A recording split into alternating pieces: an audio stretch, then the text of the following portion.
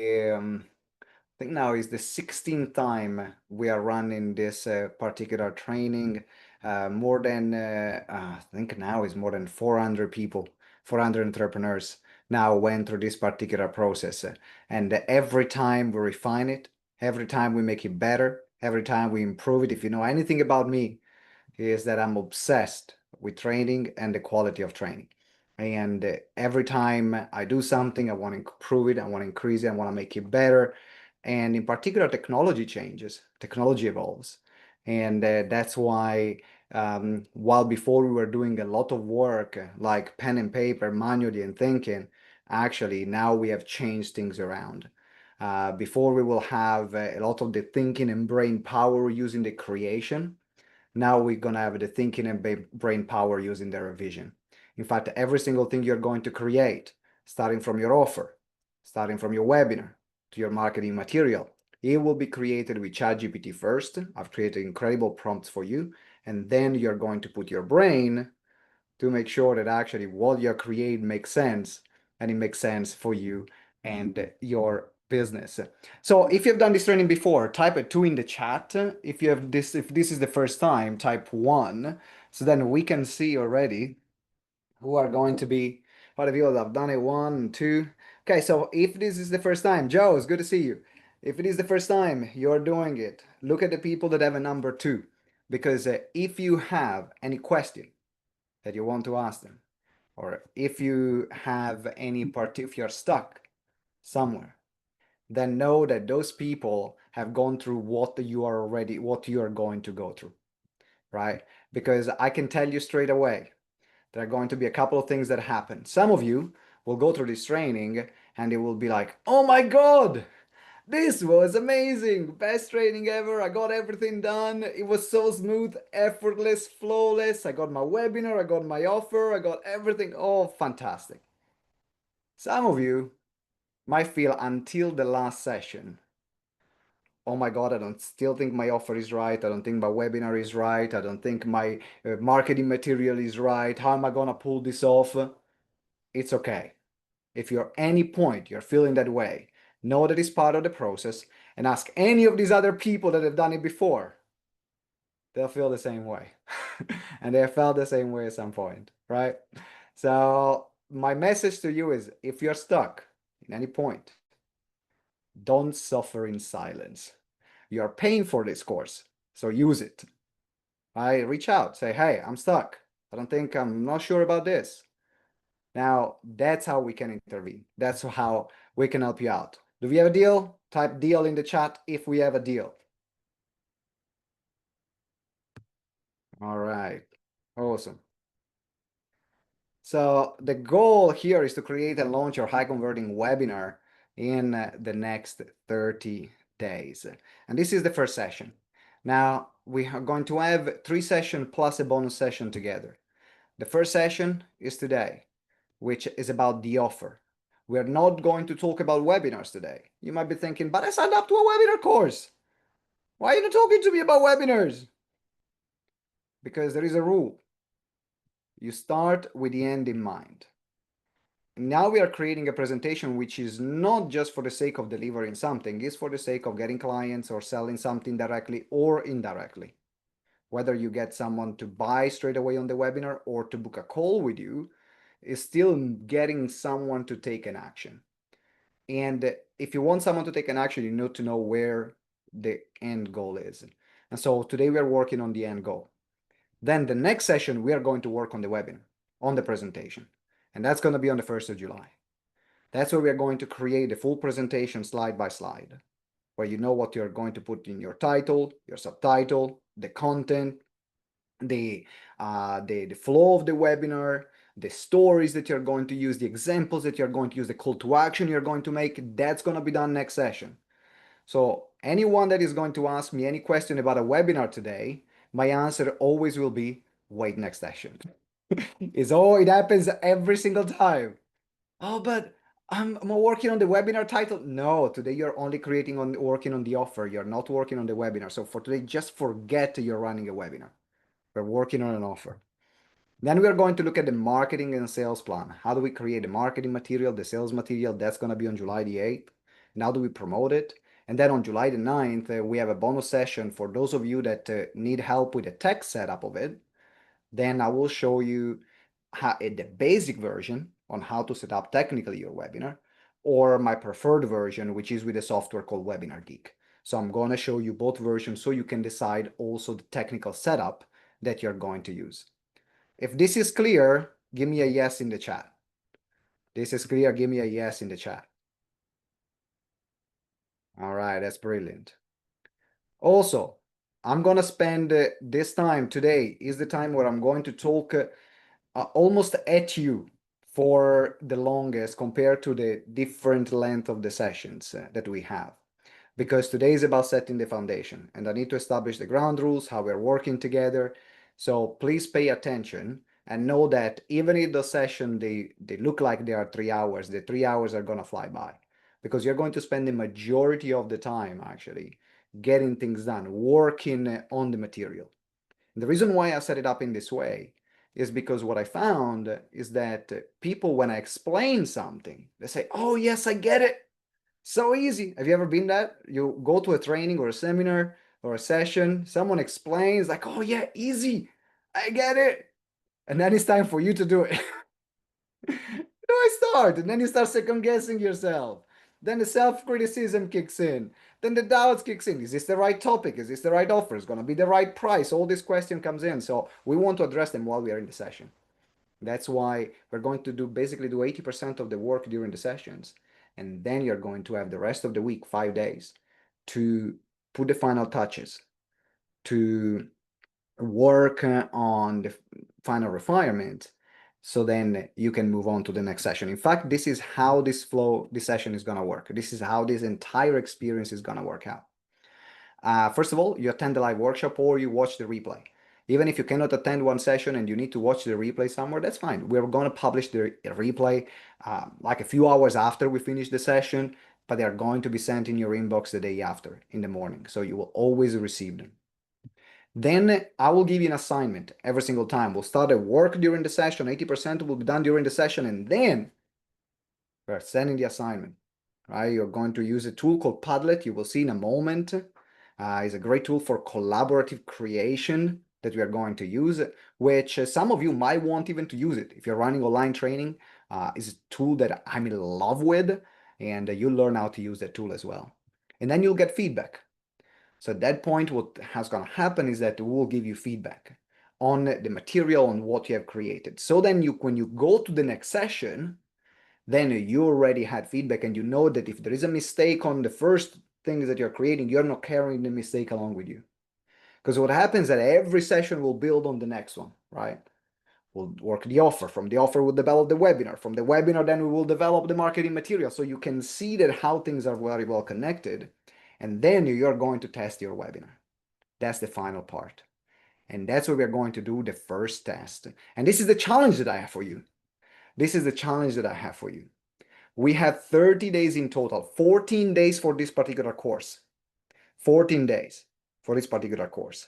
And then you're going to have 14 days to do your test webinar.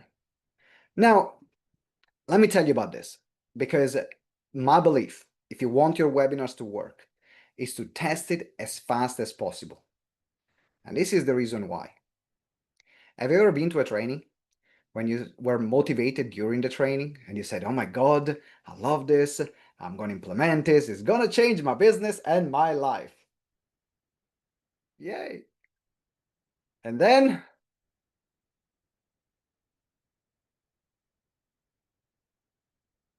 yeah, exactly that. We've all done it. We've all done it. I've done it. Guilty. Guilty as hell on this one. And what I believe is in momentum. If I see the times where I got the most results in my business, if I see also that our clients, the time where they got the most results in their business, what happened is that where they implement things immediately. You start straight away, you keep the momentum, you have the momentum of the learning, things are fresh in your mind, so you test it. Now the test can be very simple. Can just be inviting a few people on or doing a proper full webinar test. That's going to be up to you. But my recommendation is for you actually to test your webinar within the next 30 days from today. So the question is, Give me a 1 in the chat if you're willing to accept this challenge, or a 2 if you know that there is no way that you're going to make this work. And that's completely up to you. You don't need to do it. I'm not forcing you to do it. I said if you can, it's going to be incredibly beneficial for the results you're going to get. All right, Wang, please keep notes here. I'm going to actually start my AI companion here.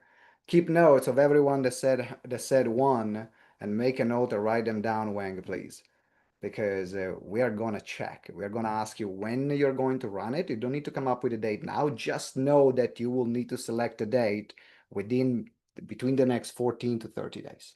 Okay, just have it in the back of your mind, because that's how you're going to make the most of it. And I love it. I love it. Yeah, Wang, the queen of accountability. Exactly. So that's the first part. The second one is resources. You are going to have every resource that you need in order to make this work. I've already prepared them for you. And in fact, I'm going to show you right now how Padlet works and how Padlet looks like, so then you know how to interact with this training. So let me get started here. And that's how this is gonna work. So Wang, can you please put the Padlet, the link to the Padlet board in the chat so that everyone can use it, can see it. Link to the Padlet board in the chat. This is what Padlet looks like. And on Padlet here, you have a column called the resources. Now, in this column, you don't need to add anything. I'm the only one allowed to add the things in the resource column. Really important. Please listen carefully to this, because there is always someone that adds one of their homework in the resources section and then we don't find it. So I'm the only one allowed to put things in the resources section. And I have prepared for you the webinar profit calculator, which we will use it at some point. Well, we will use it next session to see how you're going to make it, how much money you're going to make from this webinar. Then the different worksheets. Then you have a 14-day trial with a discount of the webinar software that I recommend if you decide to go with a webinar software instead of Zoom. And we will talk about tech. Not today, but we will talk about tech and which choice is the best for you. A webinar checklist. What to do first, second, and third every time you're going to create a webinar. You're going to have slides template. You're going to have Google Slides template that you can use and Canva Slides template that you can use. You have the link to log in into your ChatGPT account, which we'll use heavily during this course, and the logins to the webinar conversion kit, which is the shorter version of the accelerator. So then this is for you to take and to keep. So then if you want to create new webinars in the future, you have that as a resource. Now, this is what we are going to do now. This is what we are going to do at this moment. In the intention section here, I want you to introduce yourself and write down what would you like to get out from this training. And this is how you're going to do it. Don't start yet, just watch. You can see there is a plus. Under plus, you're going to press it. In subject, you're going to write your full name. Now, this is going to be important for the rest of the training. That's why I want you to pay attention. The reason why I want you to write your full name is because when we are going to give you feedback, we are going to search for your full name in the search bar. So in subject, you're always going to write your full name. If you don't write anything, it will be tagged as anonymous. And then I'm going to write, I want to help you create a webinar that gives you tons of clients. That's my intention. Now, if you want to make it a bit more fun here on Padlet, you can see this part. You can click here on plus 13, and then you can add images. You can put a GIF. So if you want to make it a bit more fun, then you can click on the GIFs part. And I'm going to write whoop whoop.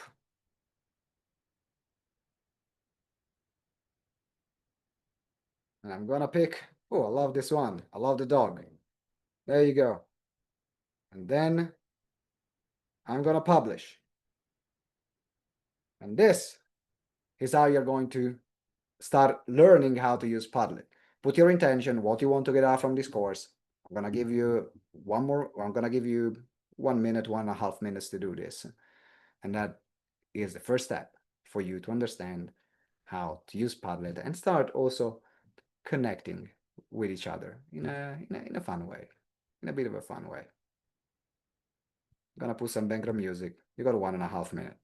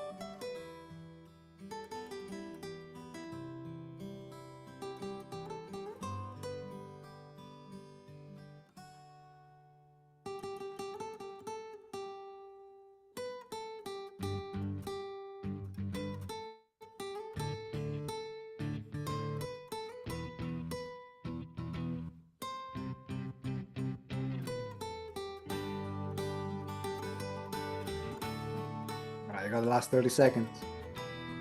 We don't need an essay.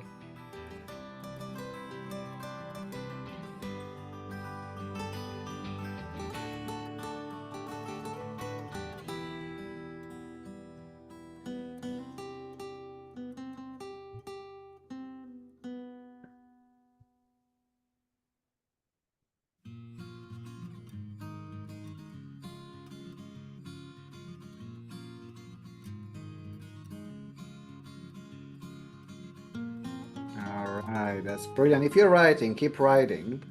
I'm going to actually ask you now as part of this, so then you can actually have an idea about what previous attendees also experience about this. So I'm going to ask actually Gary, Eddie, or Andrea as well to share like what can what can people expect? Like, or what actually, what did you find valuable about this training? And also, what are you hoping to get now that you're doing it the second time?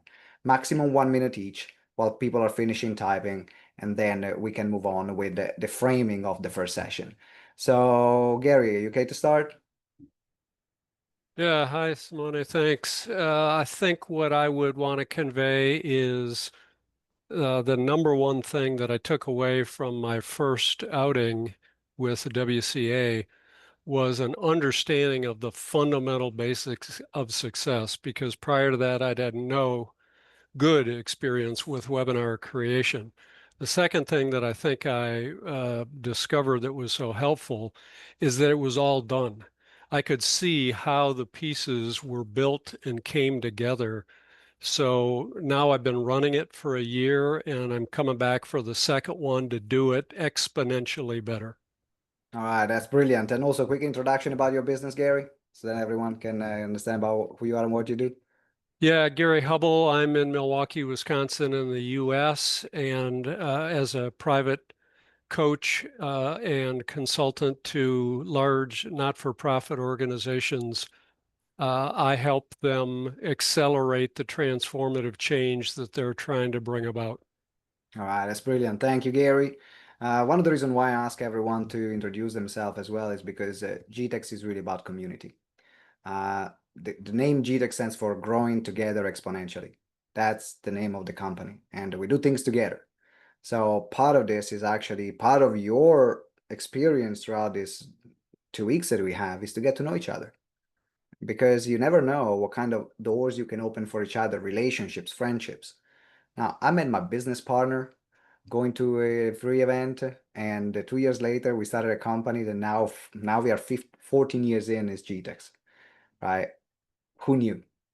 I also, at another training, I met the person then who became my wife at a public speaking training.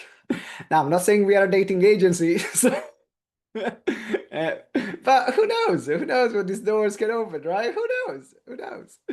All right, Andrea, how about you? Quick introduction. What do you find valuable about the first time, and what are you expecting to get this round? Okay, yeah, so my name's Andrea. I live in the UK. I'm a coach. I used arts-based coaching, coach with collage. I developed a technique called the collage coaching technique. I'm a speaker, an author, and my goals really around helping coaches to coach aligned to their authentic self. And also I support women who are stuck in transition through the deep coaching.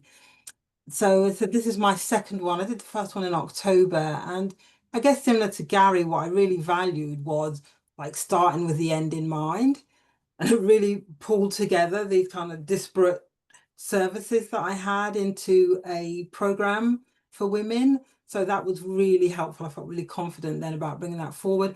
When I did promote it, I had the most amount of people sign up who'd been like dormant on my newsletter. So that was really great as well. Really great feedback about the webinar itself too. People took so much from it.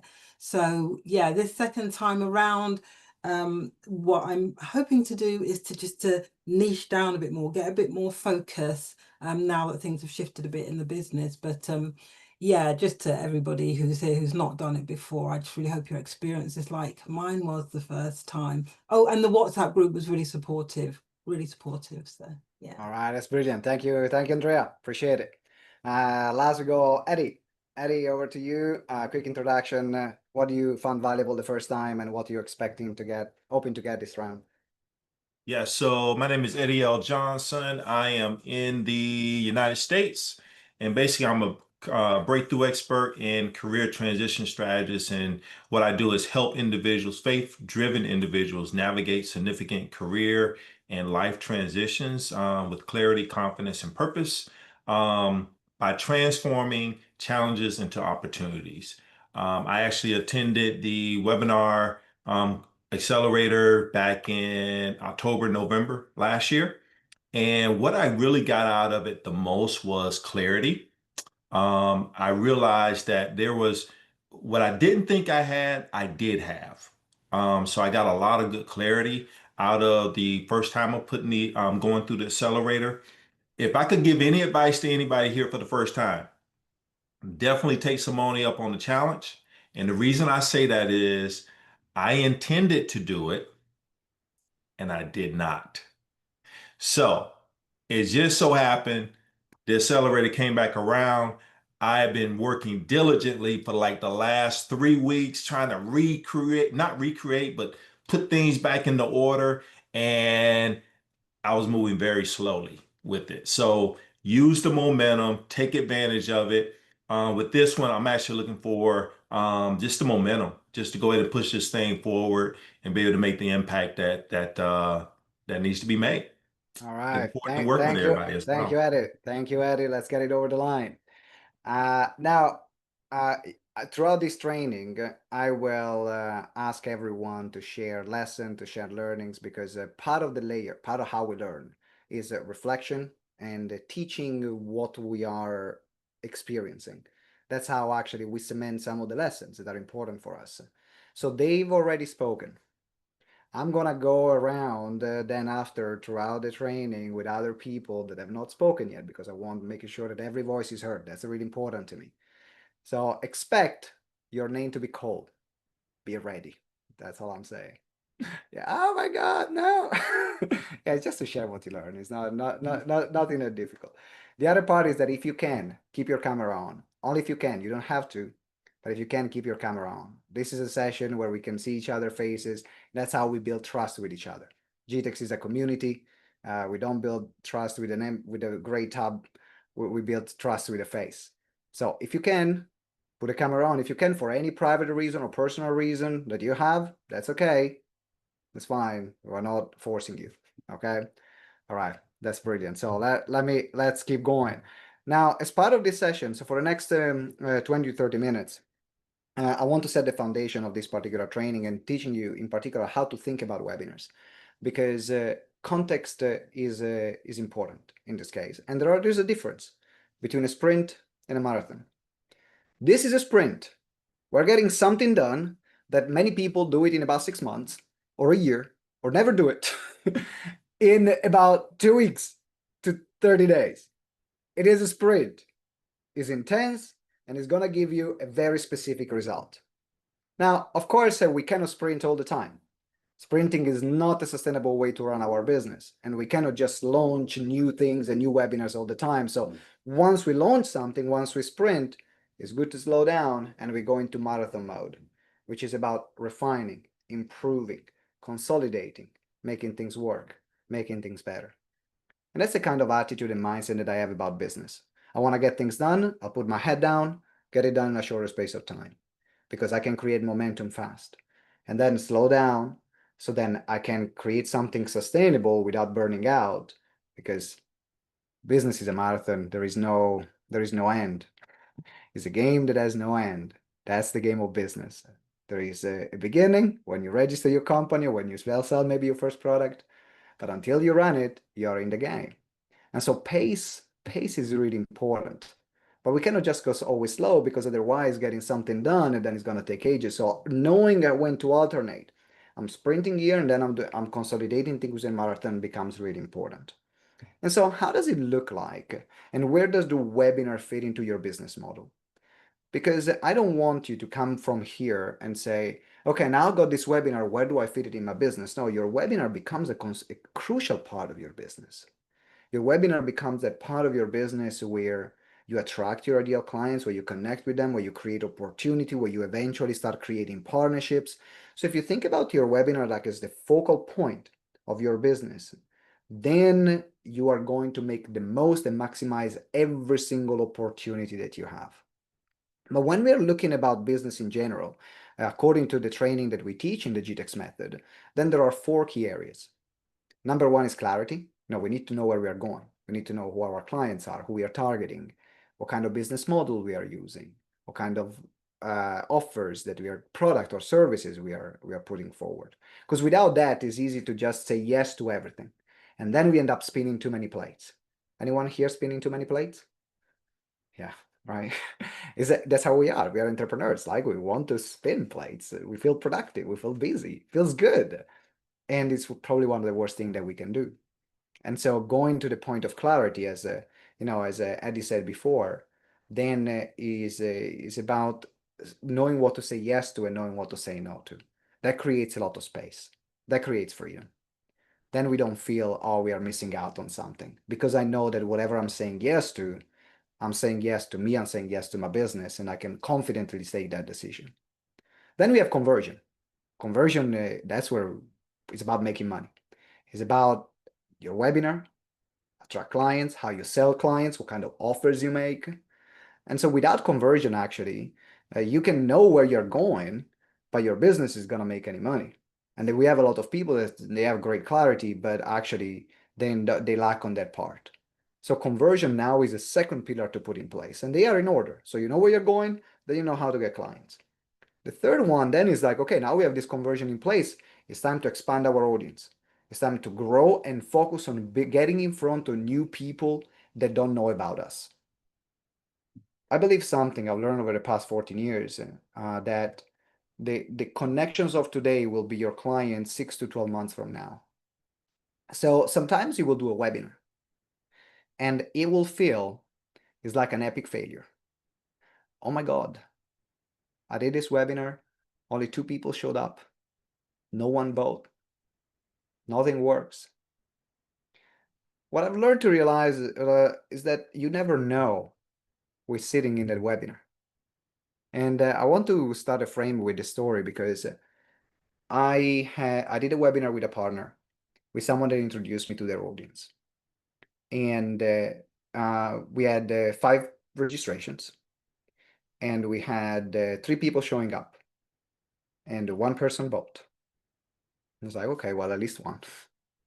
But for the kind of webinars that I was used to run, it felt like a bit of a step back. I'm like, oh, we put this much effort in this partnership. But I've learned to tone down this voice in my head. So you know what? The right people are going to be there. Now, the 1 person that bought end up coming to the accelerator and then say, oh my God, I love this training so much. This is insane. I want to promote it to my audience. That person brought to my business over the past 3 years at least 400,000 pounds in business, like in sales. That one partner, that one person. And if I can trace it back, it came from what I thought it was a failed webinar. The attitude in which you will show up in your webinars will determine everything. Remember, your connections of today are going to be your clients of tomorrow. That's why consistency is really important. That's why expanding your audience and always finding a way to get in front of new people with your webinar will become crucial. Because you never know who's going to be the person listening to that is going to open all the doors and opportunities you need to then, when it finally kind of makes sense. And then we're going to go into the final part, which is influence. Influence now is about your profile, how much you're known in your industry, how you're known in your field. The more credibility you have in your field, the easier it's going to be for people to trust you. The easier for people to trust you, the easier it's going to be for them to buy from you.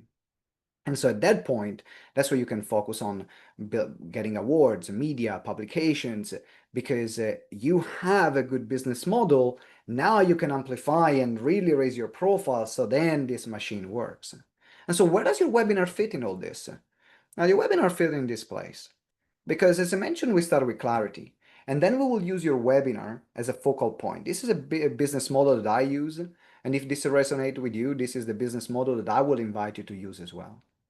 You will have webinar as your focal point. So webinar becomes where you invite your connection, you invite your potential partners, you can deliver that presentation consistently, you can keep promoting it.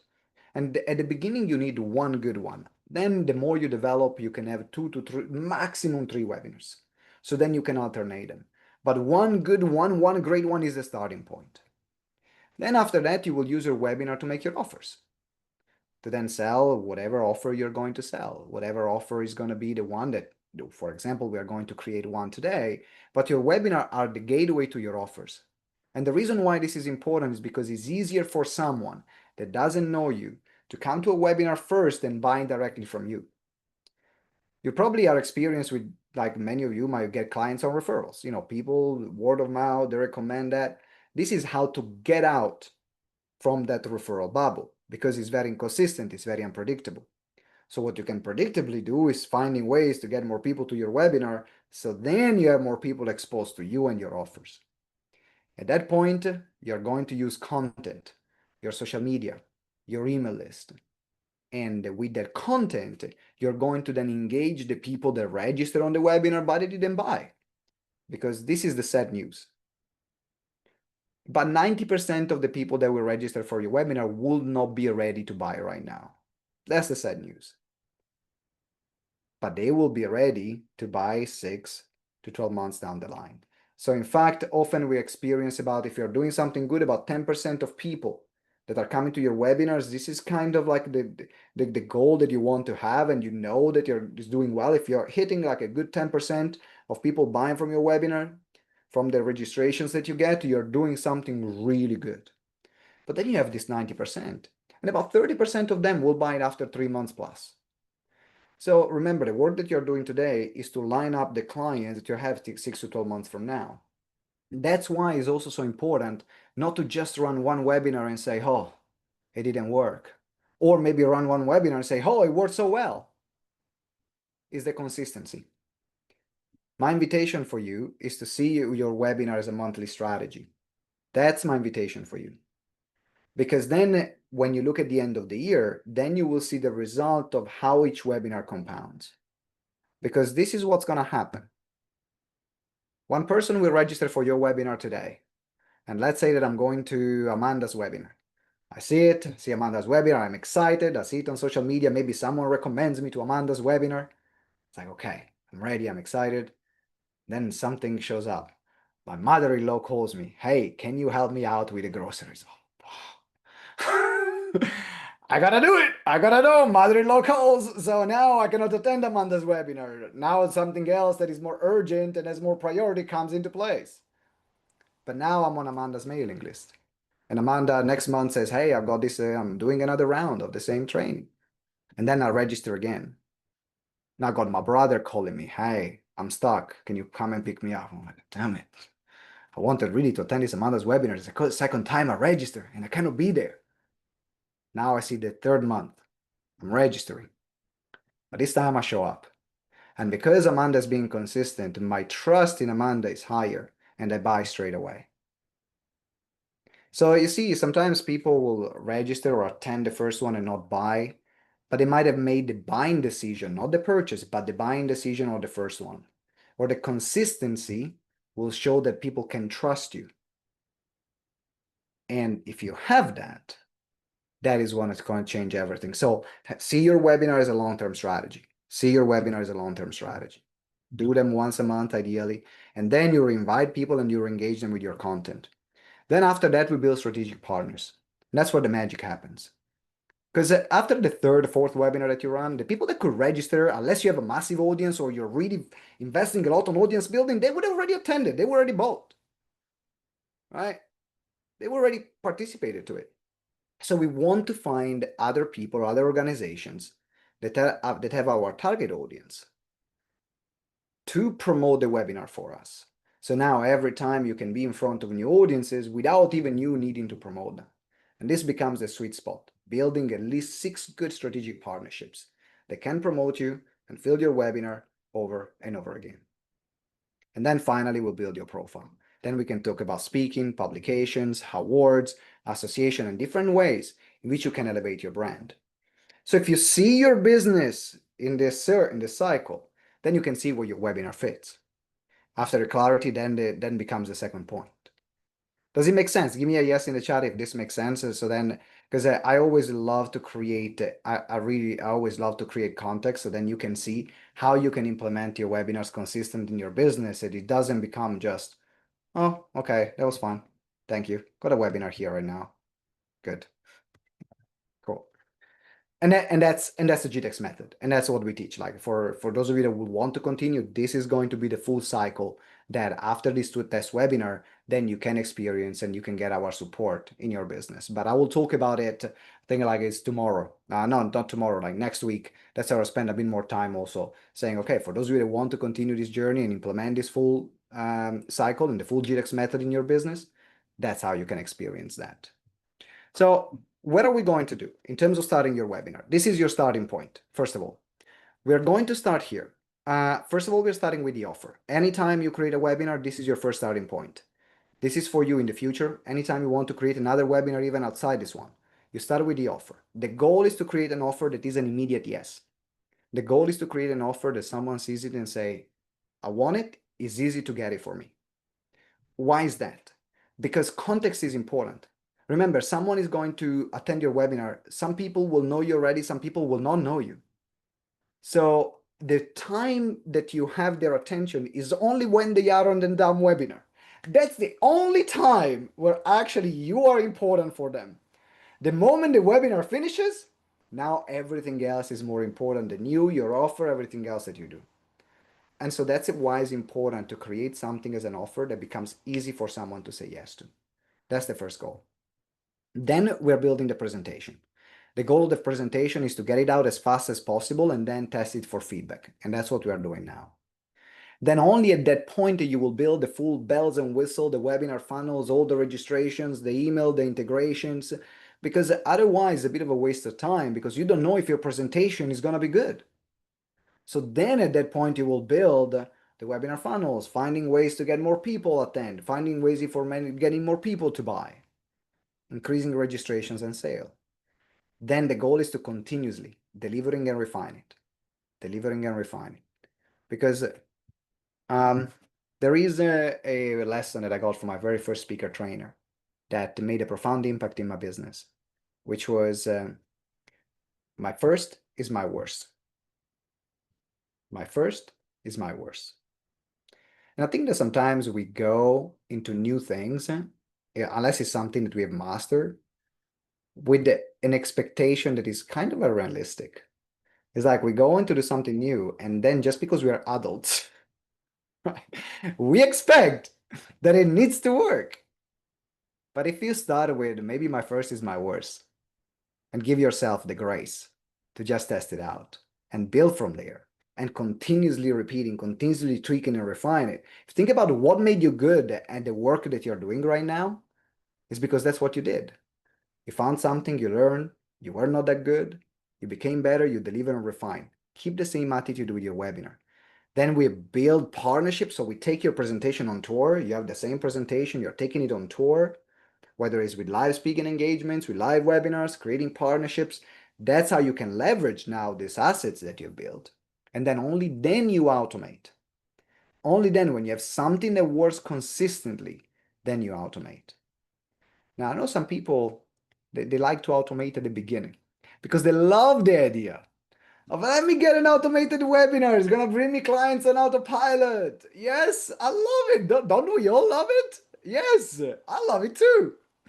But if your webinar sucks and you automate it, what's going to happen? You're automating something that sucks. Is it going to get clients? No. It's just going to turn more people away. Right? And so that's why the goal is to have something that converts live first and consistently, and then you automate it. So whenever you are creating a new webinar, this is how I want you to think about webinar creation. And that's where we have, and that's what we are doing here on the accelerator. Here on the accelerator, we are really going to focus on these parts. We are going to focus on these parts here. Now, it is time to start thinking about the offer. Because what we are going to start doing today, as I mentioned, we start with the end in mind. And looking at how do we structure the offer, and how do we sell the offer, and what kind of offer are we going to choose is going to be the most important thing. And one of the reasons why a lot of people like webinars don't work is because the offer is, instead of being like a juicy Italian lasagna, it's like a dry sandwich. And we don't like that. So your offer needs to be compelling. Your offer needs to be something that when someone sees it, says, this is exactly what I need. This is exactly what I need right now. Because if you look at the context, we are bombarded with offers. Your ideal clients, you yourself, we are bombarded with offers every single day. We're bombarded with people that are trying to solve our problems. So you are there on that webinar, you deliver a good presentation, it talks about the right things. At that point, the offer, if it's off, then it's going to get someone to think, oh, that's not for me. I'll do it another time. I can find something better. Maybe you are not the right person to deliver it. But if the offer is compelling enough and actually get someone to say, yes, this is the right one, your conversion will increase and you will get clients every single webinar that you run, because that's the goal. I want you to get a client or an opportunity every single webinar that you run. So how does this work? We're going to think first about an offer ecosystem. And there are different offers that you will need to have in your business. And we will pick the one that you are going to choose to develop throughout this course that you're going to sell. So pay close attention because you're going to make a choice in about 5 minutes. Now, these are different offers. You have a relationship building offer.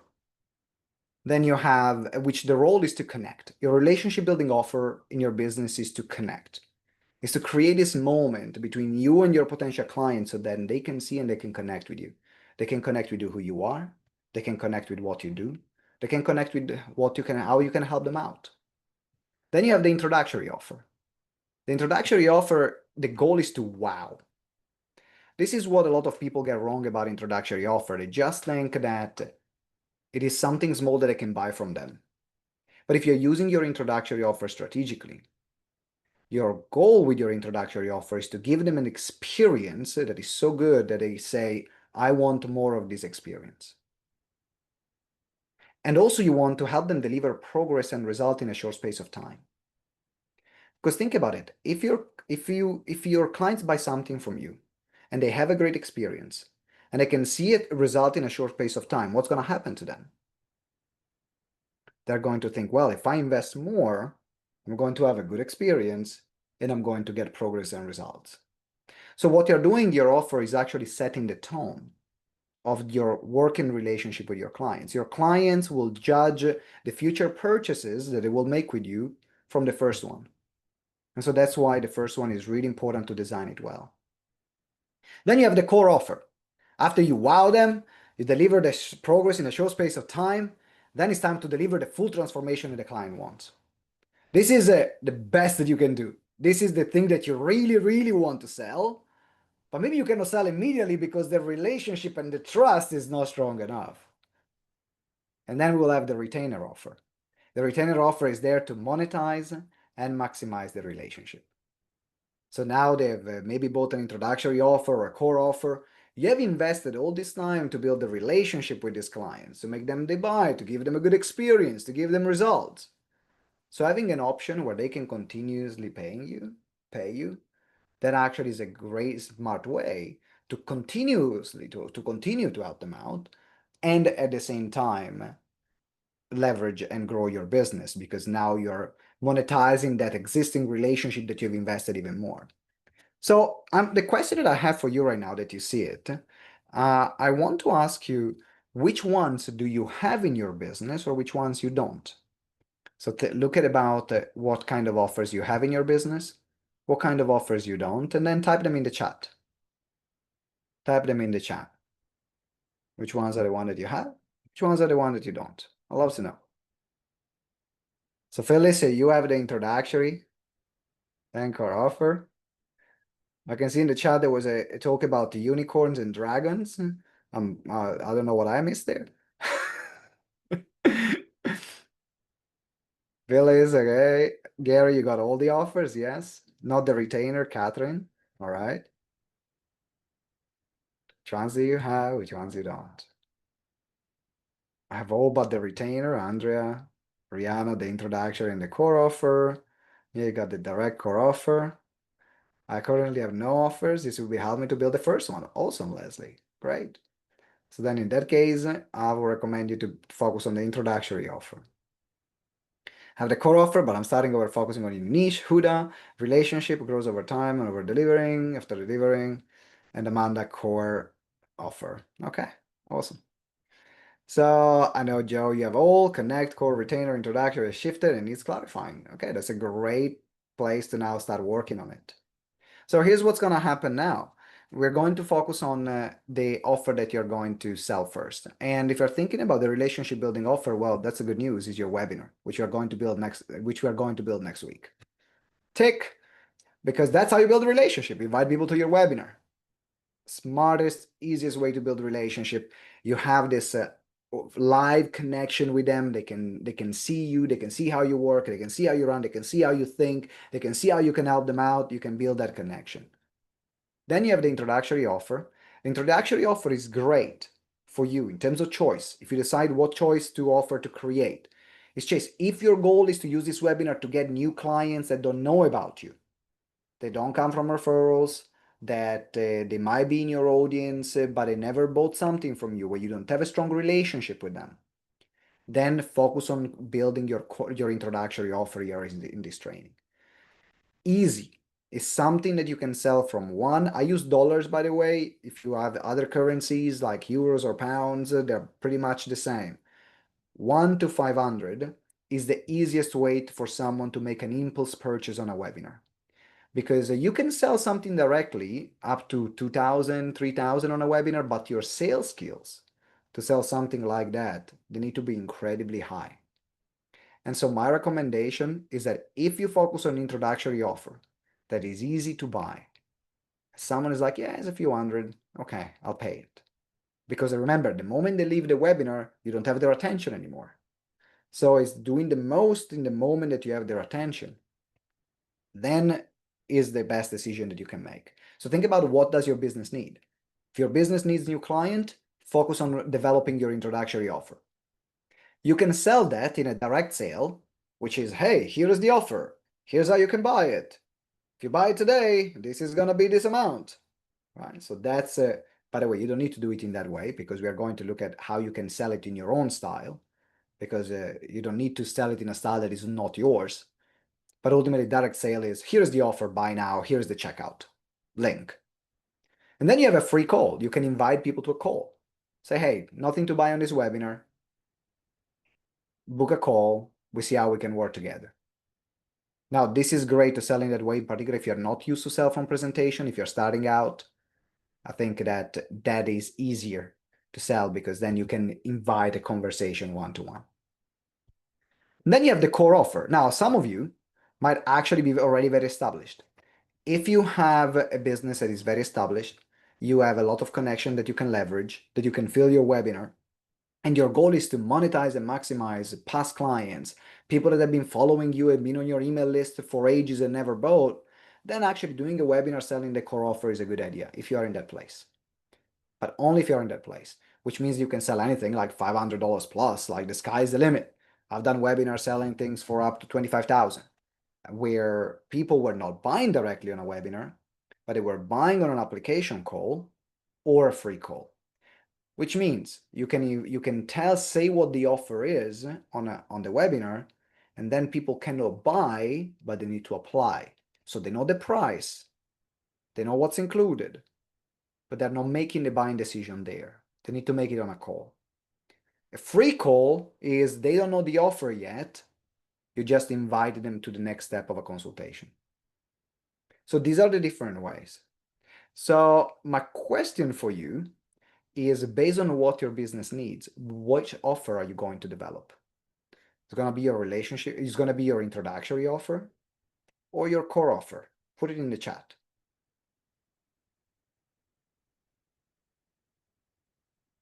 Get introductory offer, Catherine, introductory offer. Mia introductory, Joe introductory. Felix introductory, Amanda introductory, Rihanna introductory, Henrietta core offer. Yeah, you already have the introductory offer, it's killing it. Harold, core offer. Eddie, core offer. Fabulous. Andrea, introductory offer. Awesome. So now you have that choice. That in between 1 and 2. Okay. We can explore that. We can explore that in a moment, Huda. Actually, let me. Can you put in the chat what's your doubt? Because what I want to do. So remember, we are developing this to sell something in the next 30 days. And then you can decide what your business needs the most right now. New client, so then they can start a buying relationship with you, or you have a lot of clients actually that you could monetize, or contacts that you can monetize in a higher package. So I'll check the chat in a moment. Can you do a combination of 1 and 2? If you want your webinar not to work, yes, you can do a combination of 1 and 2. But if you want your webinar to work, my recommendation is no. And this is the reason why. Selling one thing is difficult enough. Now what you're doing, you're adding variables. So think about now, someone comes to your webinar. It's the first time they see you. Maybe the first time they hear from you. Their brain is already processing the information about you, your presentation, your methodology. So think about from the client point of view. Their brain is already processing a lot of new information. And then you're asking them to make a complex decision, which is one or the other. One or the other. The more decision you're asking someone to make, the less likely they are to make that decision. That's why it's easier to do them, get them to do one thing. Now, if you want to do a combination of 1 and 2, you can, but just don't sell nothing at this point and just invite someone to a call. And then from the call, then you decide if there's going to be a better fit for an introductory or for the core offer. But if you want your webinar to convert while you're on the webinar or for someone to be more focused, then it's just one. It's just one offer. Okay. All right. Let's move on this one. So I'm gonna give you an example about how I've implemented this in my business. So your offer is in function to serving an audience. So we serve like 2 audiences in GTeX. We have the hobby and expert stage, which is like businesses from 0 to 100,000. And then we have what we call the influencer stage, which is 100,000 plus. Now we have added the second stage about after 10 years of working in our business. Before we only focus on one audience. So you see this that we have added the second one, which is smaller actually, but we focus for 10 years already on one core audience. And then we have different offers. So if you think about my introductory offer, in this case is the Webinar Conversion Accelerator, then we have developed another introductory offer called the 30-day mentoring program. And then the core offer is the Ultimate Expert program. Then we have a core offer it's called the Influencer program. And then our retainer offer becomes lifetime membership. So these are now how we have applied them. But if you look back, we focus on the audience, developing an introductory offer. We added a second one years later, but then that leads to a core offer. And then we have another different audience that I often like work with, and it comes more reactive. I don't really focus on marketing and selling to that one, but I have an offer for them. And then we have developed a retainer offer, which is the lifetime membership. So you can now visually see how a product ecosystem could look like based on your audiences.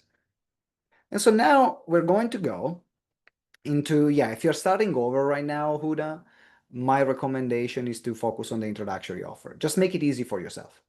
Otherwise, you're just going to you're going to have a lot of decision for something that you're starting over. So I think it will be start option 1. That will be my recommendation.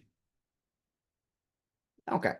So we're going to start. So now it's time to use ChatGPT, and it's time to use the modules that I'm going to give you, that I'm going to show you in a moment. So we're going to create your high converting offer. So have in mind the kind of offer that you have created. And we're going to follow this formula. This is something that I've been teaching for the past 8 years, actually. And we're teaching it when we were running my seminar business. Some of you might not know, but my background was into running live events. We built a business training company in London. We were doing at our peak 200 events a year. We did 1,000 events in 5 years. A lot of events, a lot of training that we scaled and we built. And this was actually one of our core training on how to create offers. And this is the formula that we're going to explore now. First of all is the purpose. We're going to look at the purpose. What's the purpose of the offer? Why does the offer exist in the first place? Because when you are working with a potential client, when you're working with someone that is interested in buying from you, the first question that you need to answer is why. That's the first question in their brain. Why? Why should I buy? Why? Why are you creating this? Why are you making this offer? Why are you doing what you do? So there are all these why. And so the first question that we need to answer is why. I think that there is anyone read here? Give me a yes in the chat. Start with why from Simon Sinek. Incredible book. Incredible book, right? And the concept is before people are interested in what and how you can do what you do, then actually tell them why you do what you do. That's how we connect. So you want people to really connect with your offer and to connect with you. So that's first is the purpose. Then the benefits. How does this offer is going to benefit them? If you've done any sales training, you might have heard this a million times.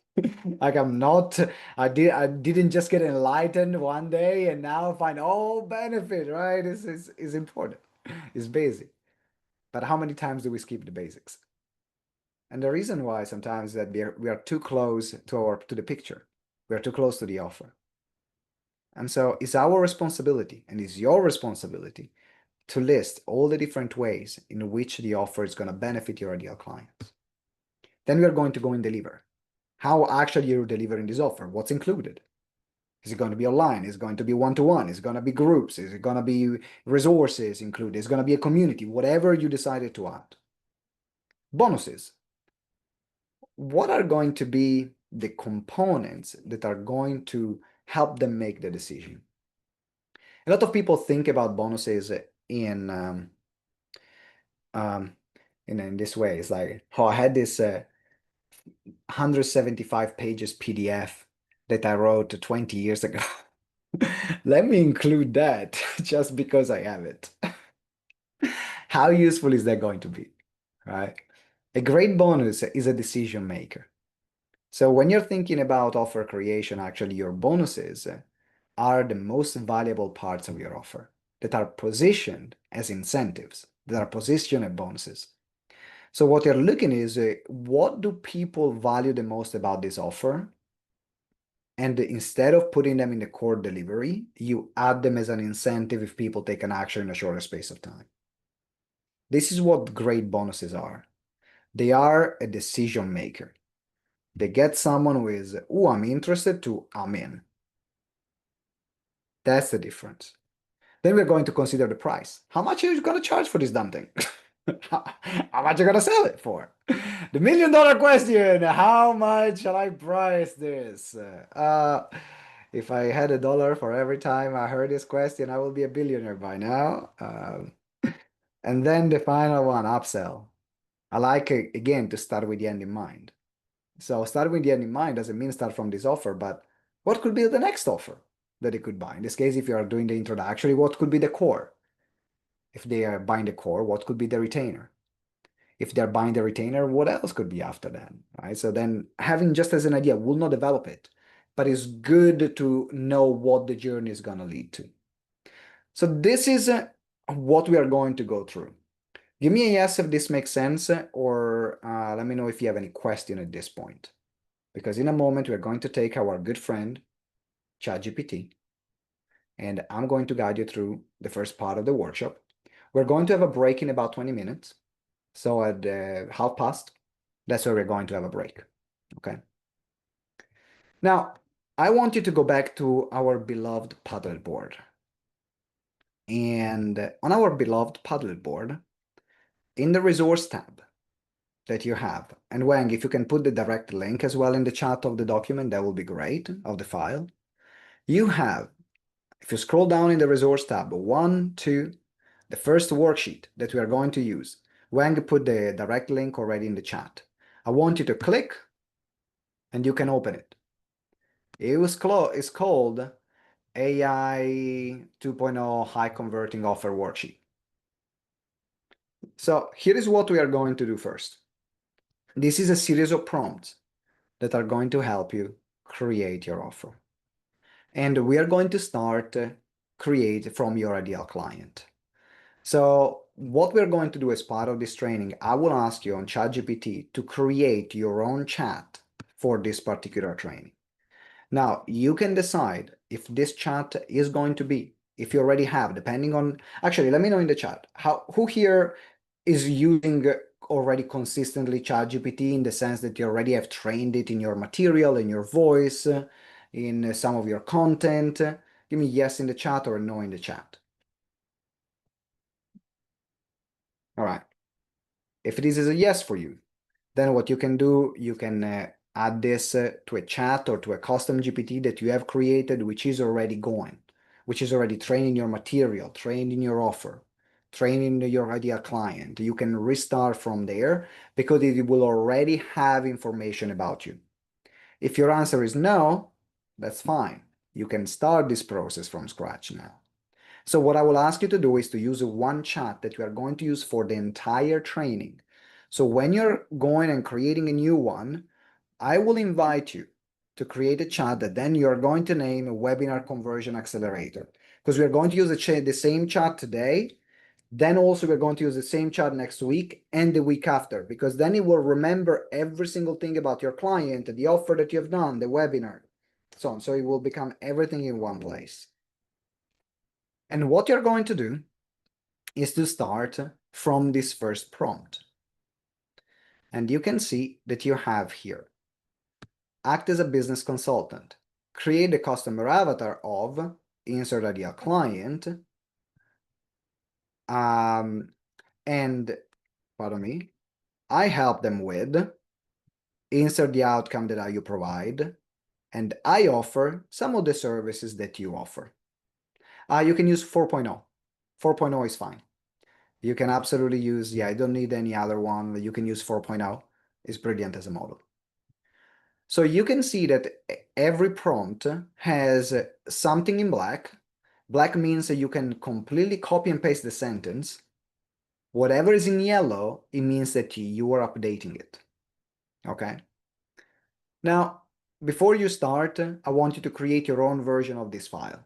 I want you to create your own version of this document. So to create your own version, because that's going to be your own worksheet, you can go into File, Download, and make a copy in Microsoft Word. So if you want to have the Microsoft Word file, or you can make a copy and you will make a copy on your Google Drive. It's up to you. If you want a Google Drive version, just go make a copy or download Microsoft Word. Don't give me a request access or so, because I'm not going to give you access. You need to create your own version. So File, make a copy, or download Microsoft Word if you prefer the Microsoft Word version.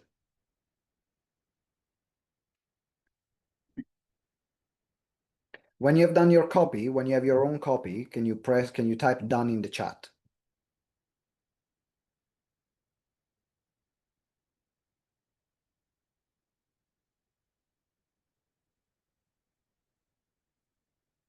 All right, brilliant.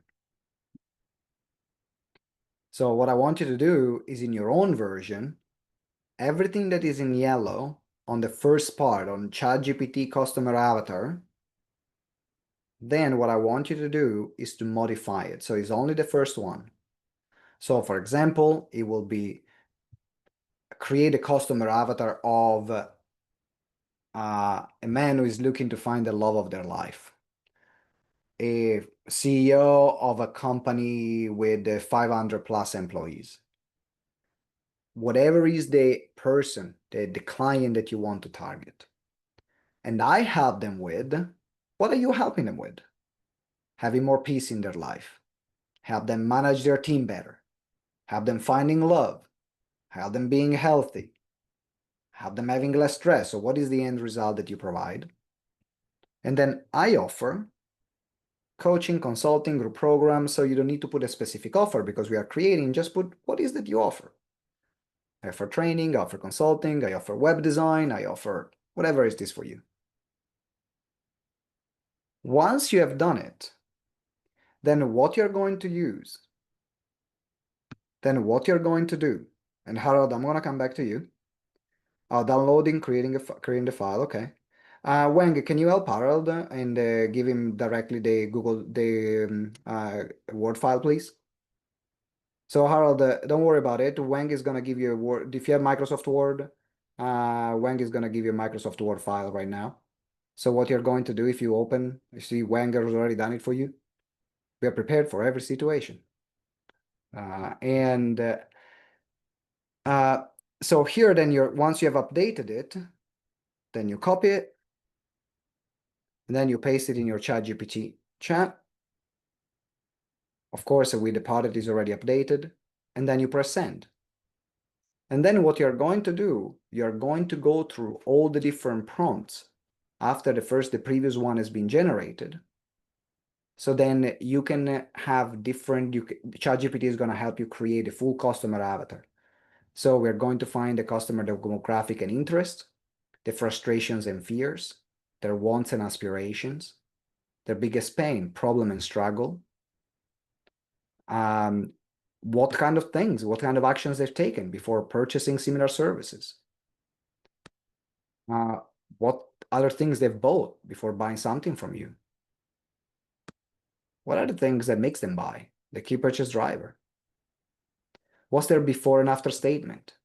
What they have now, what they feel, and what they would like to feel. And then it will ask you to create a full summary of my customer avatar based on the conversation above. So this is what you're going to do. I'm going to give you 10-15 minutes for this exercise. And then once you get to the summary, then you can decide and interact with ChatGPT if you like what he said or if he needs to change something. So now I'm going to give you time to implement and to do this. In practice, it's going to look like this. And if someone is stuck while you're going through it, I'm going to be here for the next 15 minutes helping you out. But this is I've done the full process yesterday to create my customer avatar and the offer. And it will look something like this. You put the first prompt, it will generate a response, you will read the response, and then you put the second prompt. It will generate a response, you put the response, and so on.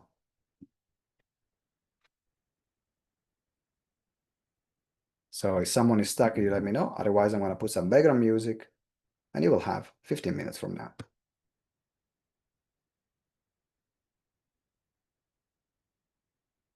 When you're done, you can also type down in the chat.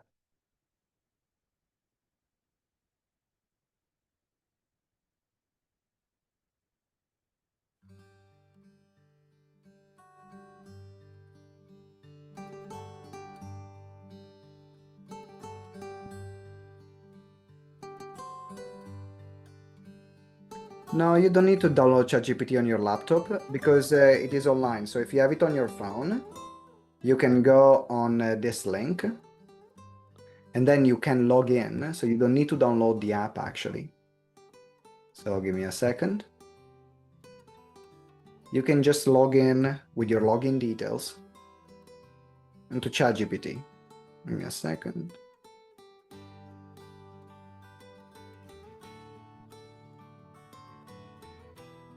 There you go. So if you go to EMEA, then you log in with your login details. If you don't have them, you can create a new account. It's up to you.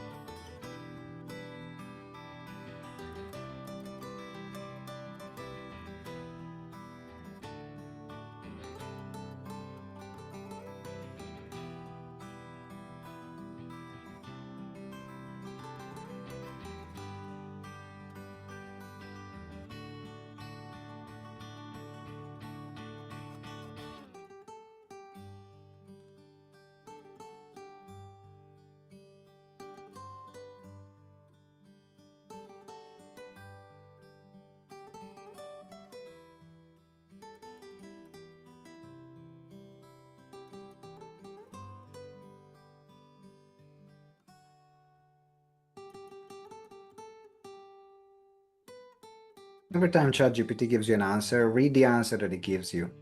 Because what you want to do is to direct ChatGPT if it's actually hitting the point. If it says something that is not true for you, say, actually, no, this is not real. Say, give me an adjustment. I need you to write this instead. And ChatGPT will. Often though, I found that very few times I have to, for this particular exercise, I need to make adjustments.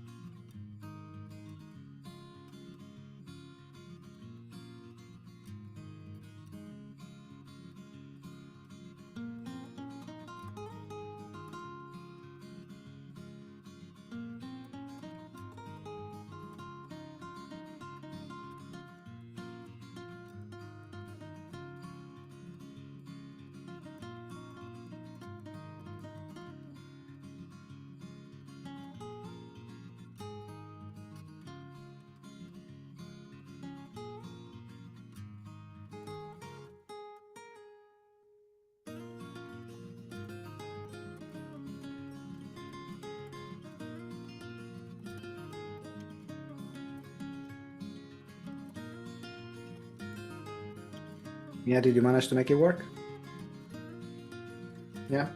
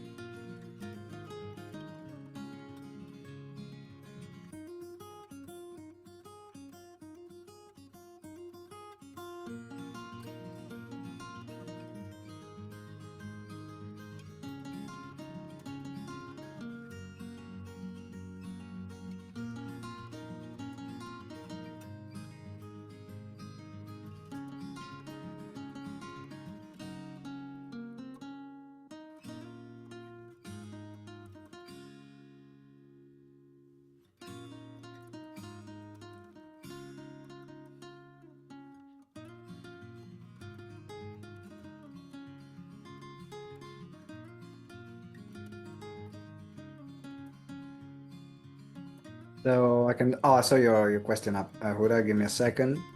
So the first question is how far in the document?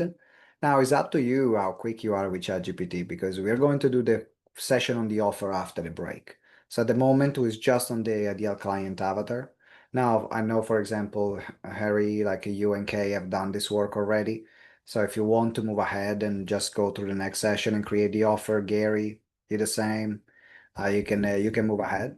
What's important is that whatever you get from ChatGPT, like you're happy with it, because whatever avatar is going to create is going to carry on for not only the offer, but also the webinar that you're doing next week and the sales and marketing material later on, right? So make sure that you're happy and you give the confirmation to ChatGPT, yes, this is the avatar.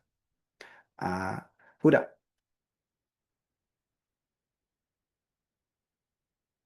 Hi, I don't know. Should I put my question in the chat? No, that's okay. That's okay. We've got time to explore them. Okay, so hi, yeah. The answers that I'm getting is they look so familiar to my previous avatar. So I don't know if,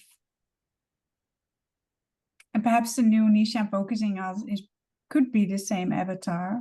I haven't looked into it that much, but I was just wondering maybe because I've loaded so much data, I have so much data in ChatGPT already that it is using the knowledge that's in there already. Mm. And is the new avatar different? No. Well, so if Well, yeah, the new avatar. Yeah. Well, now I'm focusing more on relationship rather than the method that I was offering because okay, so what were you offering before? Give me a bit of context so that I can help you here. Yeah, of course. So I was teaching people how to resolve emotional blocks with EFT. So Yeah. I'm an EFT coach.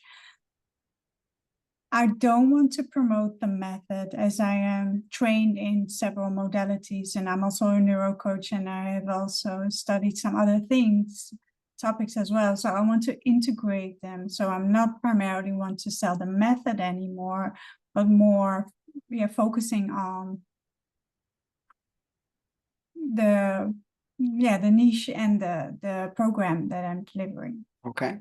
But is the avatar the same or different for that? Well, the outcome that I'm getting now, it looks quite like the avatar that I was helping already.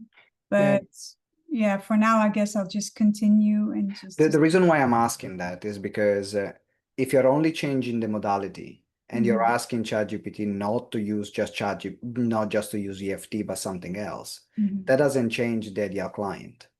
Like if I work with the CEO of a company, for example, whether I work in leadership training or I work in public speaking training or I work in management training, the avatar is still the same, is the CEO of a company that has certain frustrations, center fears, certain problems, center pain points.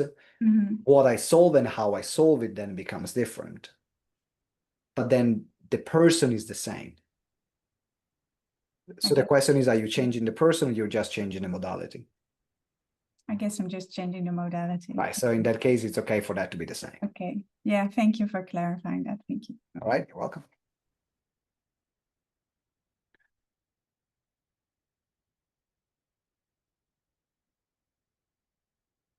If you're done, type done in the chat. If you're still doing it, type doing. Just want to have a sense.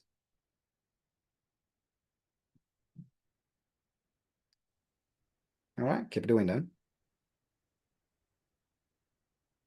So for those of you that are done, if you want, you can go for a break because we are going to have basically a 15-minute break from half past. So we are going to come back at a quarter past for the remaining part of the session. So we're going to have a nice break. So if you're done, either if you're good with ChatGPT and you want to continue with the workbook, you can do it. Otherwise, what we can do is you can just go for a break, chill and relax a bit. Everyone else can finish. Then we're going to come back and work on the final part where we are creating the offer when we come back, just to give you what's going to happen next, because we're going to go on a break in 3 minutes anyway. Phyllis. Are we just working on the avatar or the offer right At the now? moment, just the avatar. Just the avatar. Yeah. Okay, just the great. avatar. I then have we'll that go- and yeah, okay, I'll let it go. Okay. All right. All right. That's if you want, you can go for a break. We come back in 15. We come back in 50, a quarter to. Andrea? Yeah, so it came out quite well the first time, the avatar, but there were some things that weren't right. So I put in, please change these like 4 things, and then it's gone and changed other things that were okay before, now they're not right. So I don't want to continue with it when it's not quite right. So I'm like, do I go back in and tell it to Yeah. blend it back? Yeah, you say, hey, I just asked you to change these 4 things. I wanted the other rest to be exactly the same. Okay. So I might not get it finished because I'm still trying to do that, but just so you're aware. Okay. Okay. Mia? Hi. Hello. Is there a chance that I can read it to you or Not at the moment, no. It's not at the moment. Okay. And What's your what's your question? So when ChatGPT delivers me my avatar, I'm satisfied. It's fine for now. And that's all what we're doing. Did I get it right? Correct. Okay. Okay, good. That's good. Because Yeah. also part of the process is that when you're creating the offer, then part of the workbook, part of the assignment is going to be to send me the offer so then we can review it and give you feedback. So the review is going to be done then. But I cannot have everyone reading me their avatars here, otherwise we will not. We'll stay here for 5 hours without getting anything done. Okay. Good. All right, but if you're happy, good, you can go for a break. I'll see you in 15 minutes. Okay. I was quite excited because how to do ChatGPT, how to download it. I have a new laptop and I'm just have to get used to it. So it's like I get it. it was a challenge. But okay, I got All it. sorted? Yes, all sorted. Thank Okay, you. that's good. You're welcome. Eddie. Hey, quick question. When I did the avatar piece on the very first prompt, it gave me the psychographics, the behavioral insights. It should have given me all of that in that first prompt. If yeah, sometimes it does, and it starts writing, which is good. Okay. If you're happy with those, yes. Okay. The reason I asked because I use my app, my custom Yeah. GPT, and that's why I was kind of curious. Yeah, if you use your custom GPT, also like it has certain information already Yeah. about you, your avatar, your business, so it's more likely that it's going to start making more assumptions compared to a brand new chat. Okay, cool beans. So just go ahead and do all the other prompts then. Just go ahead and do the other prompts, Okay. Thanks. and then ask to create a final summary.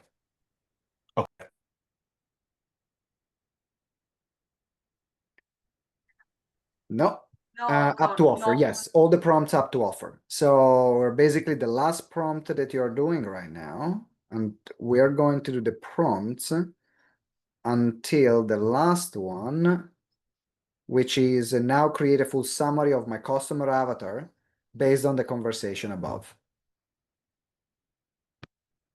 All right, so that's basically the last prompt that you're doing, this one. And then you can go for a break, and I'll see you in 15.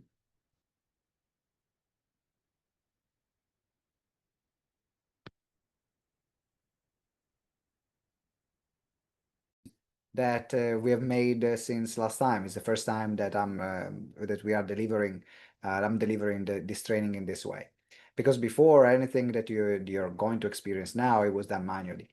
Right now, we're actually using ChatGPT for the idea generation, and then you're going to have the manual review later. So I'm going to now explain how the offer part is going to work, because you're going to be using the same chat. And now we're going to go into the part of the document that says offer.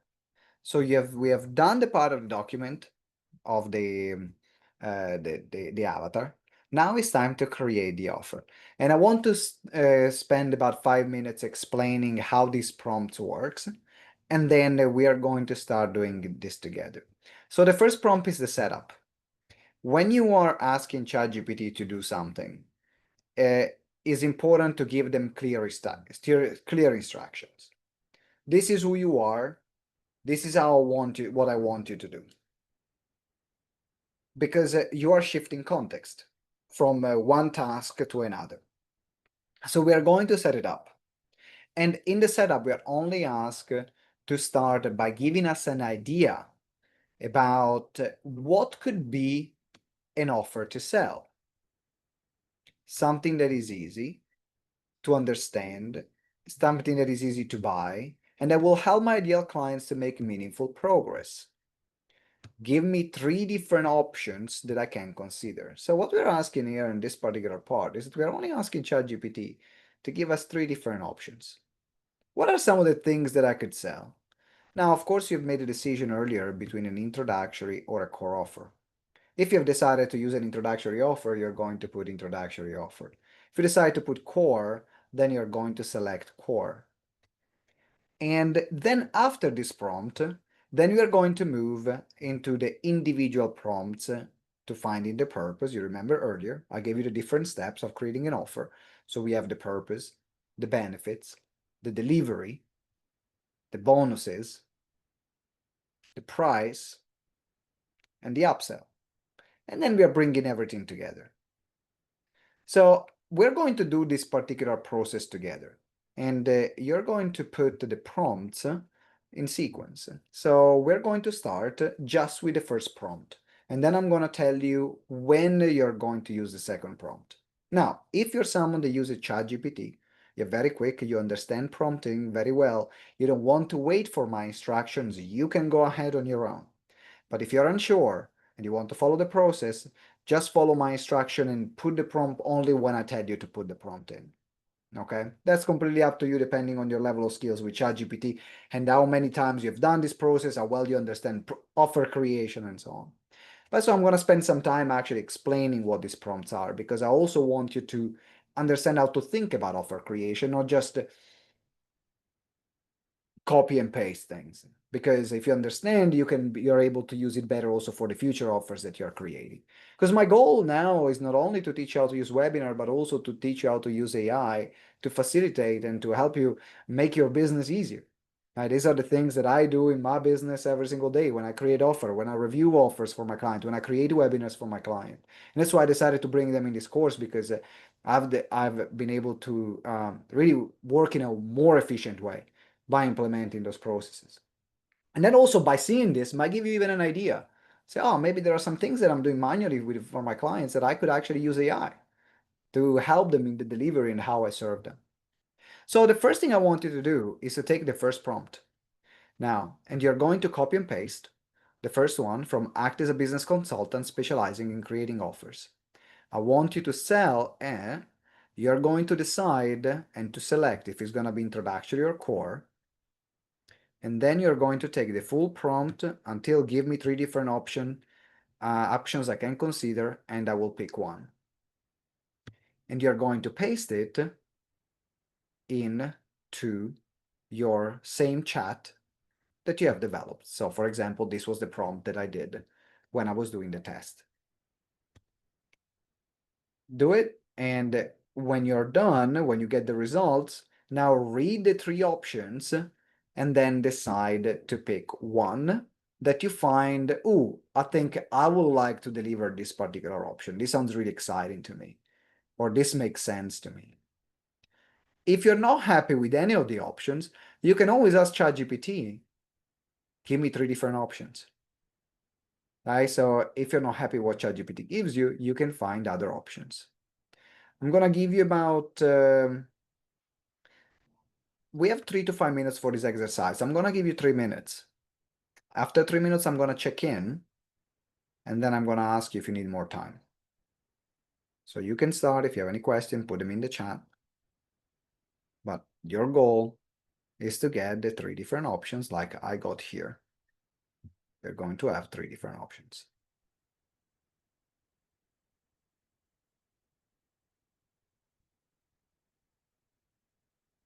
Yes, Phyllis? My my offer is targeting mostly overweight people, but the overweight people are usually in pain, so I want to target pain, but it looks like these offers keep coming back with weight. How do I rephrase? Why? So if you want to target overweight people, why don't you want to use? Why don't you're moving away from it if that's what you want to target? No, I guess I'm not phrasing it correctly. Okay, I want to target people in pain, in pain. but this looks like they're targeting people with lymphedema, and lymphedema usually has a lot of excess weight, cellulite, fat, instability. Mm-hmm. Many of these people are not, they're inconsistent because they're under doctor's care.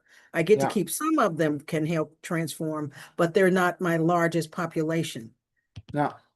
So I want to, maybe I have to go back and reset the offer, maybe take out some words. So that was probably on the avatar part. That's why on the avatar part, Right. when you summarize it, you need to be happy with it, right? You need to be, so if you want to say, you can still adjust and then say, hey, I don't want to target this type of audience because, so whatever you explain to me, explain it to ChatGPT because then it can adjust. Okay. Yeah. Thank you. You're welcome. And that's how you create, remember, training ChatGPT and having conversation with ChatGPT is like having a conversation with a human. You will work with someone that you hire, with a consultant, with a supplier, and they provide you something and you say, no, that's not right because I'm looking for this. And then it will adapt and adjust.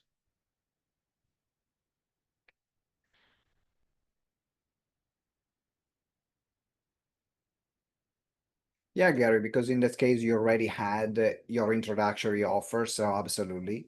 In that case, because you already have your introductory offer, then you can either go through this process, or if you want to stick with the offer that you already have developed, because you've already done this work quite a few times, you can ask ChatGPT maybe you can upload the details of the introductory offer that you have now and go through the process again for the full one, so then you can create the full context. You can give ChatGPT the full context in this case. It switched for me. Thank you. You're welcome.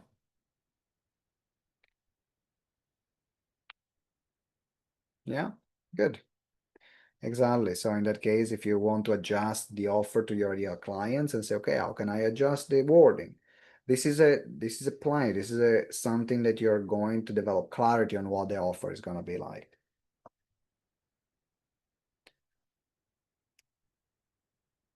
In a minute, Huda. So if you pick the option, but then wait for my next prompt, which is going to come in a moment.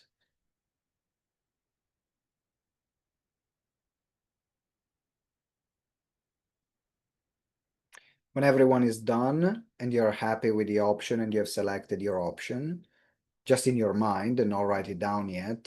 Just type done in the chat. If you're still working, type working. I like them all. You gotta pick one.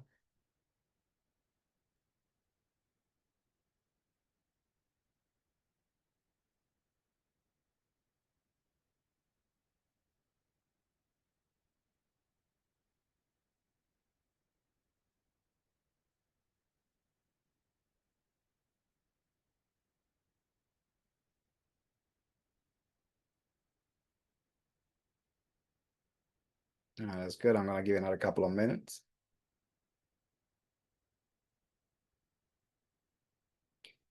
Also remember, what we're creating now is the draft.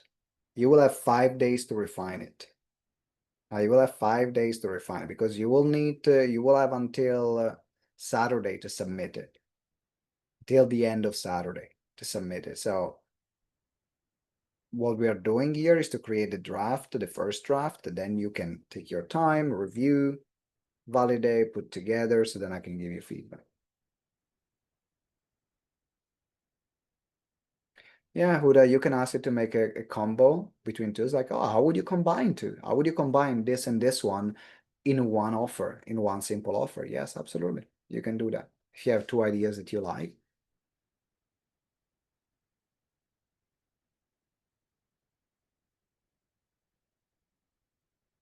Yeah, 1 more minute.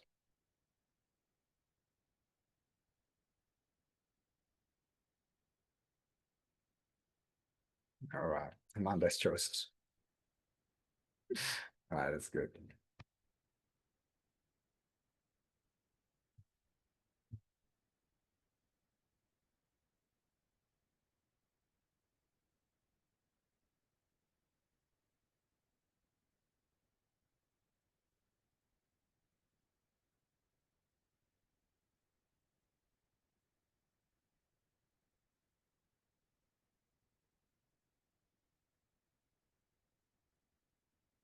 All right, I'm gonna move to the next prompt now.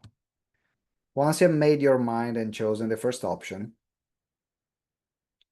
then you can decide and select, I chose select option. So you can say I chose option 1, I chose option 2, I chose option 3. So you can tell which option you have chosen. Because now it's time to work on the purpose. And when you're delivering and creating the purpose of an offer, there are a few elements that make that you need to explain to a client or a potential client on the offer creation. The first one, as you can see here in the manual, is the transformation. Right? The transformation, the before and after. Anytime you're creating a new offer, the things that you got to be clear in your mind is, and also in the client's mind is, what is the transformation that this offer is going to provide? That's often why a lot of offers, they are very generic and they're not specific enough. Because what they do, they don't focus on the before and after of a client. What's their life before? What's their life after they buy that particular offer?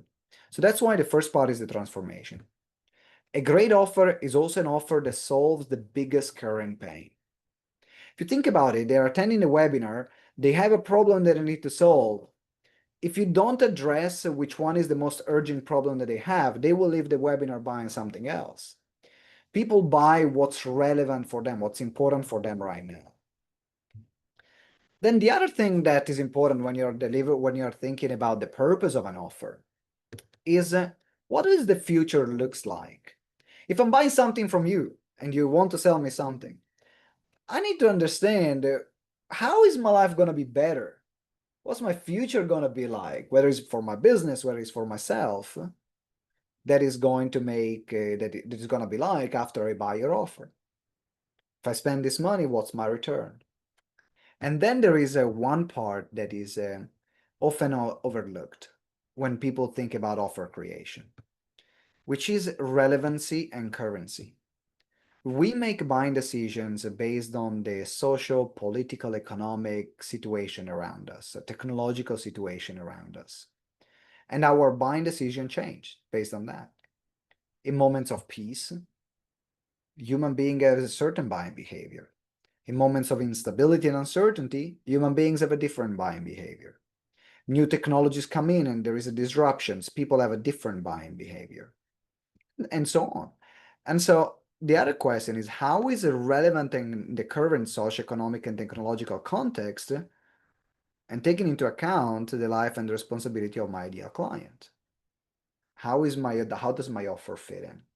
Because there is one thing that people hate, that people are resistant to, is change, right? What you're offering actually is change. What I'm offering is change. Very few people came here thinking, oh my God, I love to spend 20 hours setting up a website. That kind of change is not comfortable. That's probably why you have not done it so far, right? For those of you that have not done it so far. So change, there always has a resistance, because as human being, we are used to, we want to keep the status quo. That's how we are wired. That's how our brain is wired. Every change is uncomfortable. And so how does your offer then fit into the current life of your client? So what you're going to do now, you can take this prompt, fully copy it. Of course, you're going to select the option and then paste it into your chat. So in this case, I choose option 3, and now you have the rest. So I'm going to give you about 3 minutes from now, so you can read the results that ChatGPT is going to give you.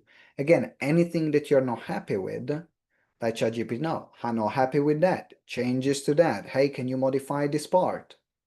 Because that's how, the more you do that, the more ChatGPT knows how to interact with you and how you think, and it's going to give you better results later on. And sometimes ChatGPT will still what is called in AI hallucinate, which means that it doesn't matter how many times you tell them something, it's going to make the same mistake. So sometimes you have to correct them over and over again. It's like a child, right? You got to repeat them. Hey, like brush your teeth before going to sleep. Sometimes ChatGPT feels like that, but it's a very smart child though. Okay, you got 3 minutes for now.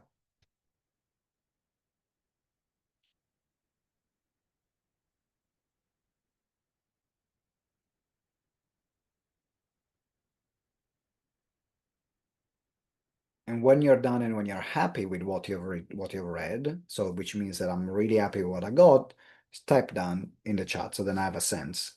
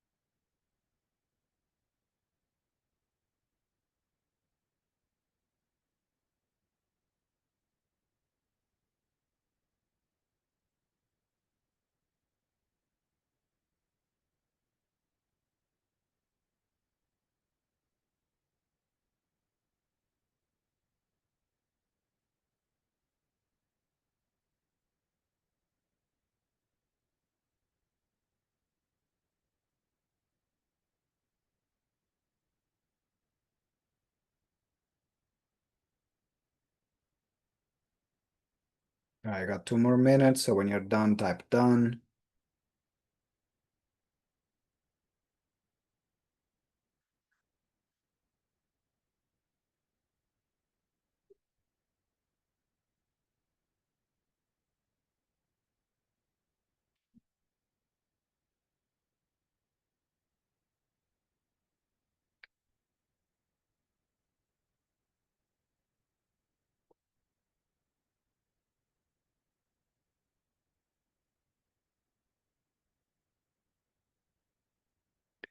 You're welcome, Harold. Yeah, only working on purpose at the moment. Then I'll explain the next part of the benefits.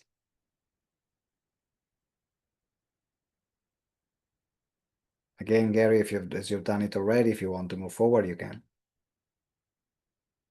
Chat is tired, still thinking.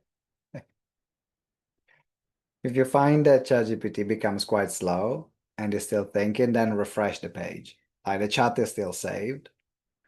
So I found that sometimes if it takes a long time thinking, it means that I gotta refresh the page because it shouldn't take as long. That also depends if you have the free account or the paid account. But normally on a paid account, this is much quicker. Chat is over. It's like too many people. They're trying to access my brain. I'm done. I'm on strike.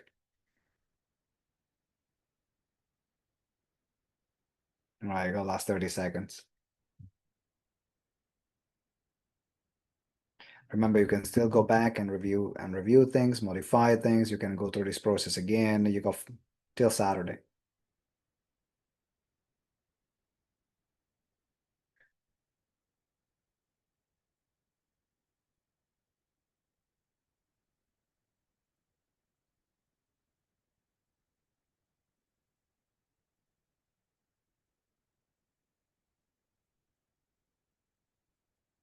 Okay.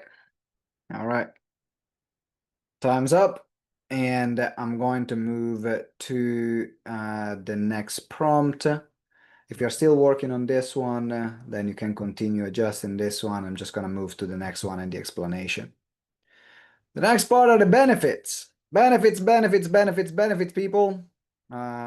Is really important to always communicate. It's our responsibility to communicate how what we do practically in a tangible way will benefit the life or businesses of the people that we are working with.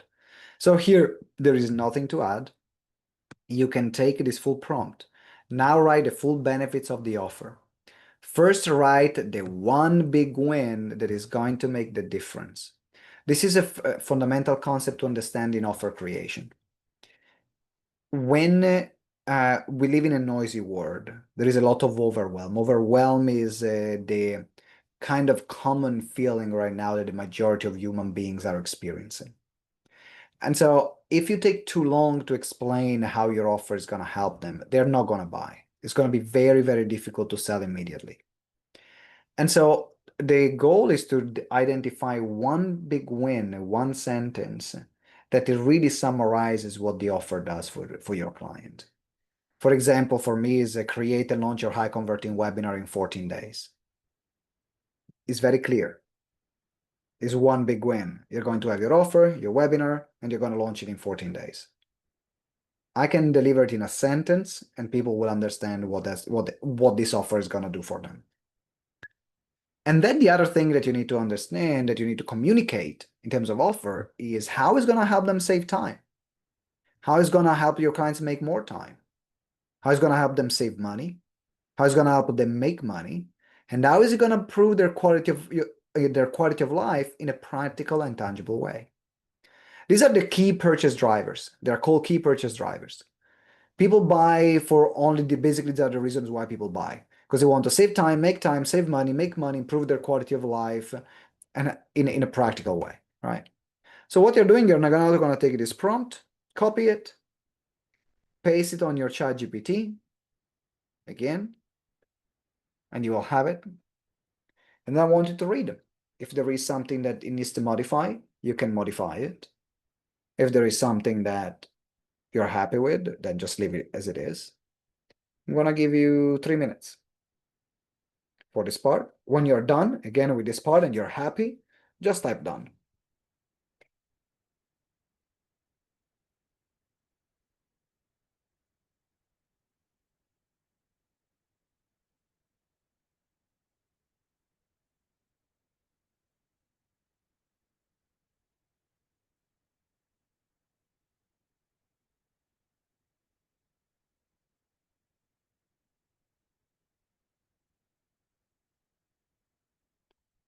Oh, I was waiting for this question, Catherine.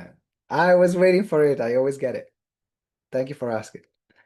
No, because actually, even if your service doesn't help them make money or save money, the service indirectly, this is still the reason why someone will buy a particular product or service.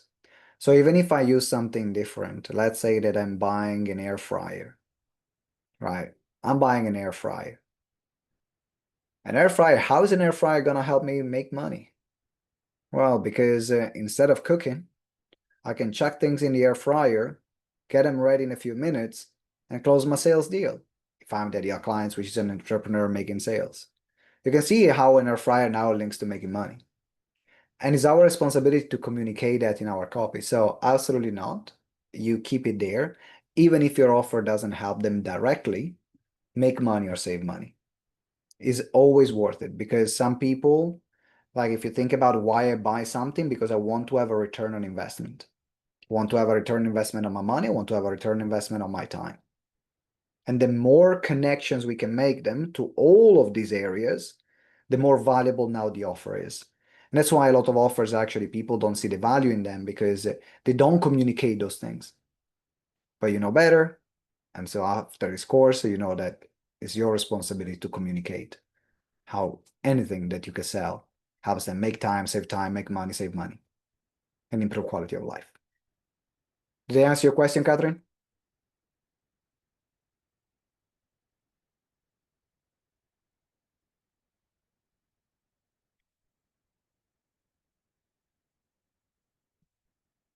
All right.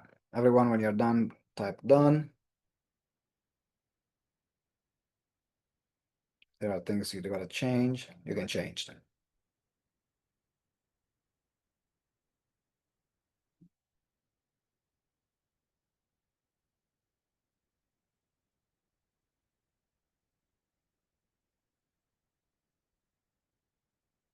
Yes, totally. Andrea, you asked the same question, I remember, yeah?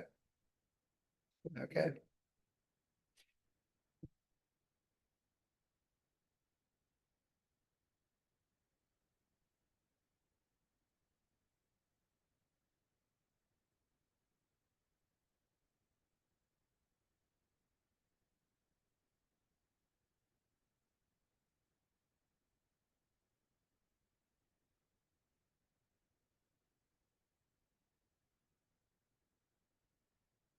Okay, go one more minute.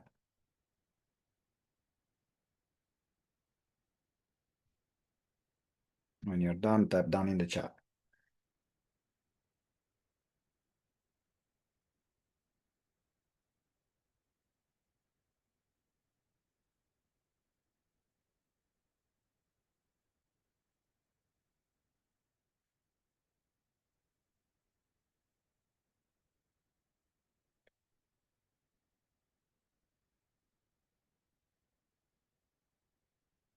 Okay.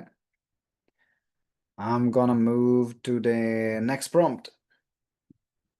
And again, if you're still putting the final touches, you can put the final touches while I'm explaining the next part. The next part now is about delivery. This is when you're going to decide how your offer is going to be delivered. And when you're deciding what to deliver, we divide between delivery and bonuses. As I mentioned before, delivery is the bonuses are there to be the decision-making factor. So when you're thinking about delivery, I want you only to think about the primary delivery method. If you're thinking about this offer and how you want to deliver it, what is the primary method? So only one. Now, this offer might include, for example, let's say a live group session and a one-to-one coaching, for example. I'm just giving an example. But for the delivery, you only pick one, which is the primary delivery method. So for example, this offer will have live group session and one-to-one coaching, which one is the primary element? The one-to-one coaching or the live group session? If it's the one-to-one coaching and the live group session is an added value, then the live group session will go into a bonus. So what I want you to do now is to basically select how you're going to deliver this offer, which one is going to be your primary delivery method. And you're going to copy and paste this prompt, and you're going to choose from online pre-recorded, live group sessions, one-to-one coaching, mentoring, consulting, done for you, which means you do it for your clients, community, or support. Could be email support, WhatsApp support, and another type of support. Like this is support in between the session, like how are you supporting them? And you're basically going to eliminate all the others that are not the core one. So in your prompt, it will only be one. For example, this is my prompt here. This is my primary delivery method, live group session. So you can see here, I only picked one. And then the rest of the prompt is exactly the same. But that's has been like, this was a test that I was doing while I was doing the examples yesterday.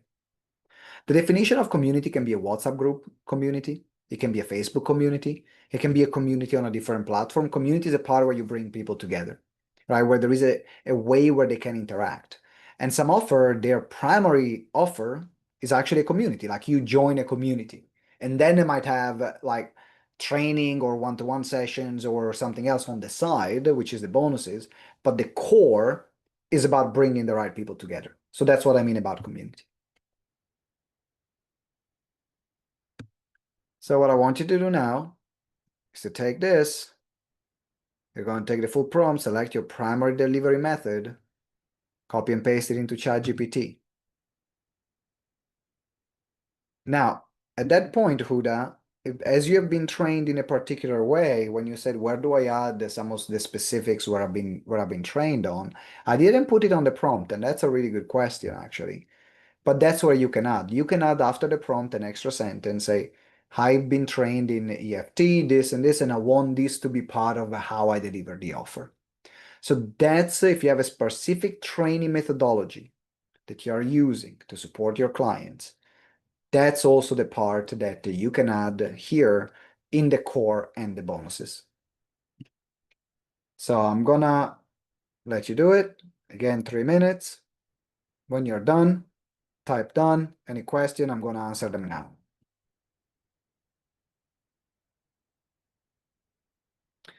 Yeah, so if it is built out all the course, exactly, you say, hey chat, thank you for building it out.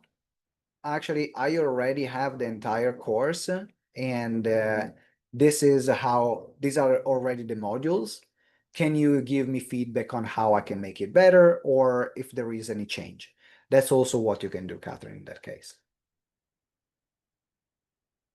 Can group coaching be recorded and become evergreen? If it is recorded, then becomes a pre-recorded element, right? So group, when intent group is live. If you decide to do a live session and that becomes pre-recorded, that will become a pre-recorded element. So now the question is, what's the core? Is the core the live or is the core of the pre-recorded? Because that's the primary delivery method, Phyllis. The live. Okay, perfect. So you can put group. If it's essential plug and play, that's in this case, it goes into the category of online pre-recorded. Or no, it goes into the category done for you. Yeah, it goes into the category done for you because if you give them templates, but no, they're still doing them, right? So actually, it goes into the category of online pre-recorded. You can add resources if you're giving them templates, and that becomes the or plug and play things, Leslie. It will be in the category of online pre-recorded, just in the bracket of resources, because the done for you means that I'm doing it for you. I'm still have to be the one using those templates. So what you've done is curating the templates for me, but I need to use them, right? That's Okay, what I'm that getting. makes sense. Thank you. You're welcome.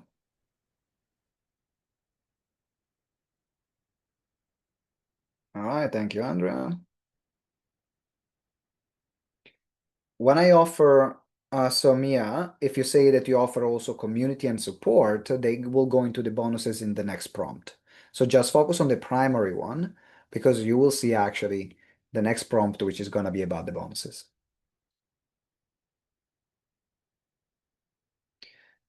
When everyone is done, when you're done, then type done in the chat.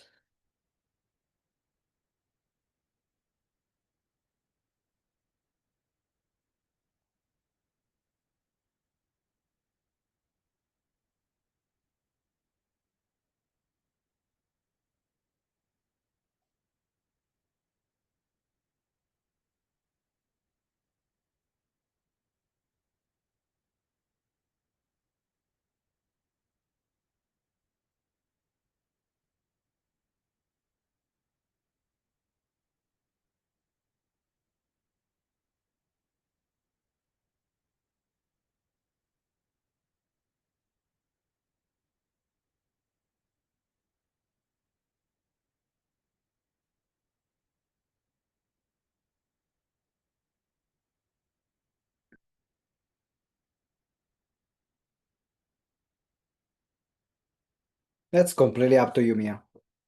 You can pick. There is no difference between live, like weekly or every other week. Is how you like to deliver, and also is worth asking. Like you already have clients in that case, hey, what do you prefer, weekly or every other week? You can pick one to start with. Often, like for example, I will start delivering something in one way, and the first time I deliver it, then it will give me a real sense of, do I need to change the schedule? Do I need to change the cadence of the sessions, the length of the sessions, for example? If you think about it, I could say, come on the session for 2 hours, but I will not be able to get the work done together. So for me, I started with the sessions with 2 hours. I found that they were too short. I needed to make it 3 hours. So Rihanna, if you have chosen community as the primary and you can feel already the overwhelm in you, then is actually not the right choice. Why would you pick something that makes you feel overwhelmed already? Managing a community and creating a community requires a person who loves building community. So maybe you pick something else that doesn't make you feel overwhelmed. For example, my wife runs a business and she doesn't have a community because she hates running communities. She does not that she hates people. She loves people, but it requires someone that loves bringing people together, loves caring about a different situation and making these connections and interactions. And so if you feel overwhelmed, then pick something else. Yeah, I think I just need to see how it will work, how it might run. Yeah, that's good. But And I do like bringing people together. Right, and it can be a test that you say, actually, let me test it out. And if I remember, like nothing is set in stone. You set it Exactly. the first time. If you don't like it, you change it. Yeah. Yeah. All right. I'm gonna move to the next one, which is the bonuses. So now it's time to talk about the bonuses. And great bonuses are incentives that you provide that you will add to provide a better and more appealing deal. That's the goal of the bonuses. And this is what make great bonuses. So if you think about the purpose of a bonus, this is how to think about bonuses. It solves other problems that the offer creates. It gives additional relevant value. It solves other problems that your clients will be willing to pay to solve them, and ultimately makes your offer makes your offer complete. And this is what great bonuses are. This is what will get someone to buy. I'll give you an example that is very relevant for this particular course. I didn't used to include this session the first maybe 3 times I sold this particular training. I would just start from the webinar creation session. And then when I was talking after my webinars and I was selling it, I had so many people that would not buy. And I asked them, why didn't you buy? And a lot, like I'm talking about an overwhelming majority, more than 70% of people that were interested but did not buy, they didn't buy because they said, I don't think my offer is ready. So let me work first on my offer and then I'll come to your training. Which means I'm not coming to your training. When someone said, I'll do this first and I'll come to you later, it means I'm very little chance I'm going to see them again because life gets in the way and so on. Probably you've experienced the same. So I said, okay, what can I do to make my offer better, more complete, and to add additional relevant value? Well, let me just add an extra session where actually I get them to work on the offer first. So now it removes completely the resistance or the objection of I don't have an offer, because now it becomes a selling point. Hey, what comes so then you can create your offer. So even if you don't have one or you need to recreate one, you will have a great offer that you can sell over and over again. And that massively increased my sale. Like I made 4 times, 5 times the sales just by adding that bonus. So if you think about it, that's that's the context in which you're operating. And so you decide then how you want to deliver those bonuses. So with this, so you pick bonuses choosing from the following. Do you want to add bonuses online pre-recorded, a live group session, a one-to-one coaching or mentoring, a done for you, a community, or a support? Now, I'm going to give you an example of what great idealistic would look like, but it doesn't mean that you have to do it. Because the best decision that you make for your business is the most sustainable decision for you and your business. For example, a lot of people say, oh, I want to add online pre-recorded sessions. They never created an online pre-recorded program. So now they need to add an entire skill and a way of learning about something that will take them another 4 or 5 months to learn to create something like that. So that's not a great smart decision right now, because it means that you're just going to wait so long and postpone when this thing is going to be delivered. So whenever you're choosing your offer or the bonuses, you always want to play to your strengths. What is that you already have now that you can deliver straight away while you're building the skills to deliver and add something else? Because if adding a bonus now becomes a stumbling block for you to actually deliver this thing, that's not adding value neither to you or not to your client. It's actually slowing you down. So sometimes the bonus is a one-to-one coaching session, and the bonus is another one-to-one coaching session, because that's the thing that I can do right now based on my skill level and my capacity. That's good. So that's the starting point. Now, if we think about the ideal or what will make someone buy as a whole, if you already have a more established business and the great skills as well, the more of these you add to your offer, the more appealing your offer is going to be. And the reason why is that people value different things. Some people, they are scarce in time, so they value online pre-recorded material. Some people, they don't get things done unless they are in a group, so they value live group sessions. Some people want personalized attention, so they want one-to-one coaching. Some people, they are scarce in time, but they have a lot of money, so they actually want people to do stuff for them. Some people love to be part of something bigger than themselves. They want to feel part of something. And other people, they want to feel supported and taken care of. So if you think about the buying triggers, every one of us, and I'm thinking actually, I'd love to know from your side, what attracted you the most even to this program? Because I developed now this program over a number of years. I've done this over a number of years, but you will see that every delivery method actually is included in this particular program. There are online pre-recorded sessions, which is the webinar conversion kit. There is live group sessions that are this one. At the end, you have a one-to-one coaching session with me to then put the webinar together. There is no done for you because the price is too cheap for that. There is a community because there is the WhatsApp group where you can connect and get to know each other. And there is support given by a WhatsApp group as well. So now you can see that throughout the development, I have added all these elements, and the more elements I had, the easier it's for someone to buy because they can see, oh, this is the part for me.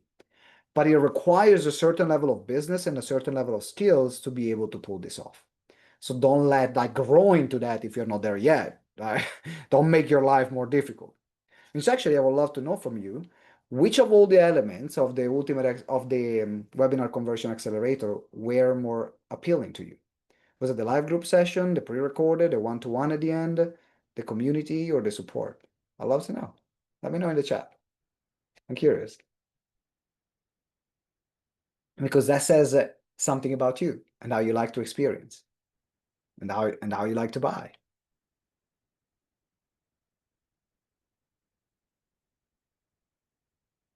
Now you can see that people are stuck in things: support, accountability, the one-to-one, live group session, and the one-to-one, and the community, the live group. So this is a real-time reflection of the kind of buyers that you will experience, because when you are on a webinar, you're selling one-to-many. You don't know who is going to be there. But remember, always start simple and then build on it.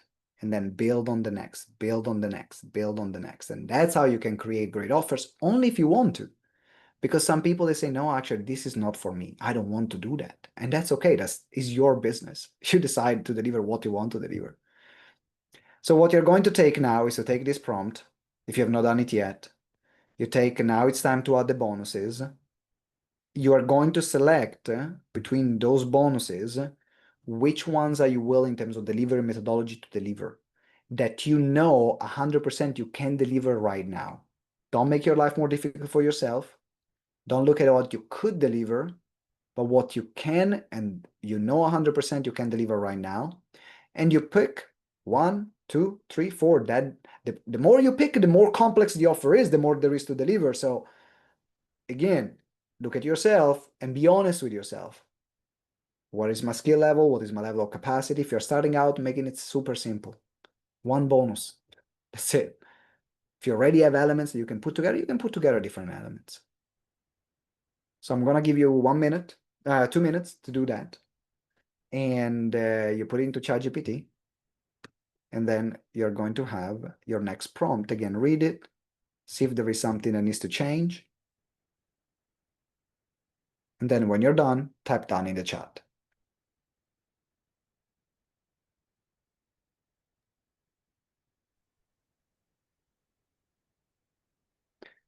Chat is frozen. I don't have the direct line of OpenAI. Try to maybe log out and log back in. That's the only thing I can think of, Gary. Otherwise, it's about waiting until it gets unfrozen. Eddie, go ahead. Yeah, so what if you already have like your bonuses? Can we use a prompt and say use these bonuses? Yeah, absolutely. If Already you have already those have established. bonuses, exactly. Same thing of delivery before. You already have something, say, hey, these are the bonuses, use these bonuses. Okay, And great. then you can Thank say you. make them better or see how you can, I would use suggest of improvements. If you want some suggestion, you can do that in that way. Thank you. All right, welcome. Phyllis. I already have a bonus of a discovery call, 15 minutes free with me prior to them making an appointment. But I want to ask Chat to put these in order of relevancy. Is that wise to do? And I can reorganize the order? Absolutely. Yeah, go ahead. Okay. I like it.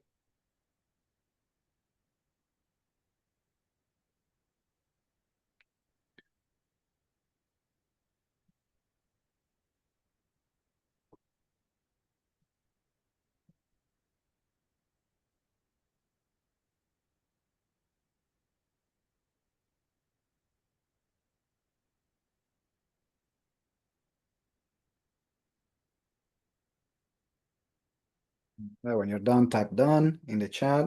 Harold, I can see that worked. Okay, that's good. Tech support here in action.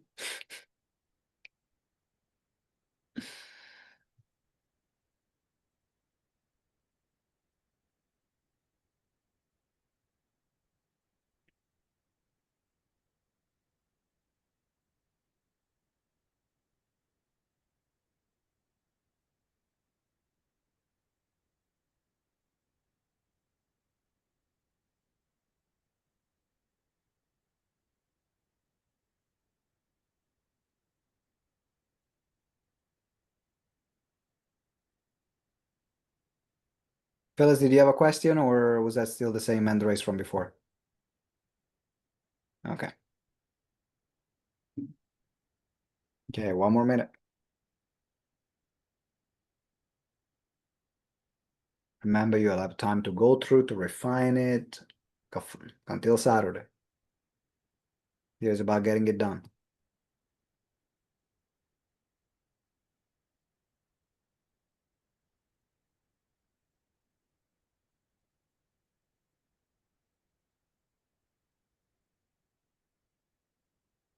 We have 2 more prompts to go through. Then we are going to go for a Q&A.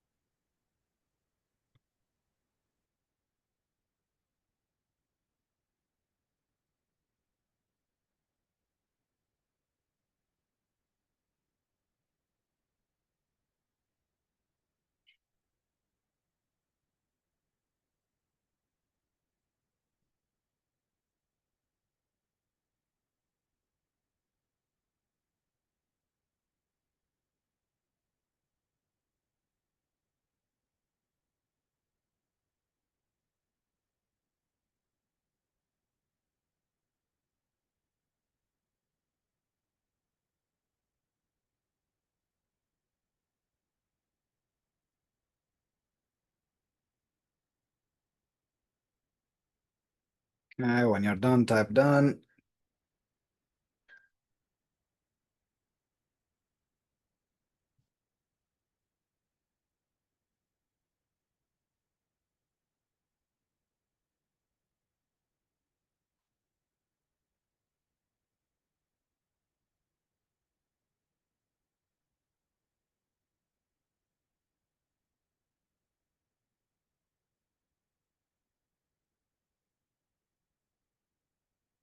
Now, I'm gonna move forward to the next prompt. If you still need to finish some of the final touches on this one while I'm explaining the next, because the next one and the next and the following one, they're very easy.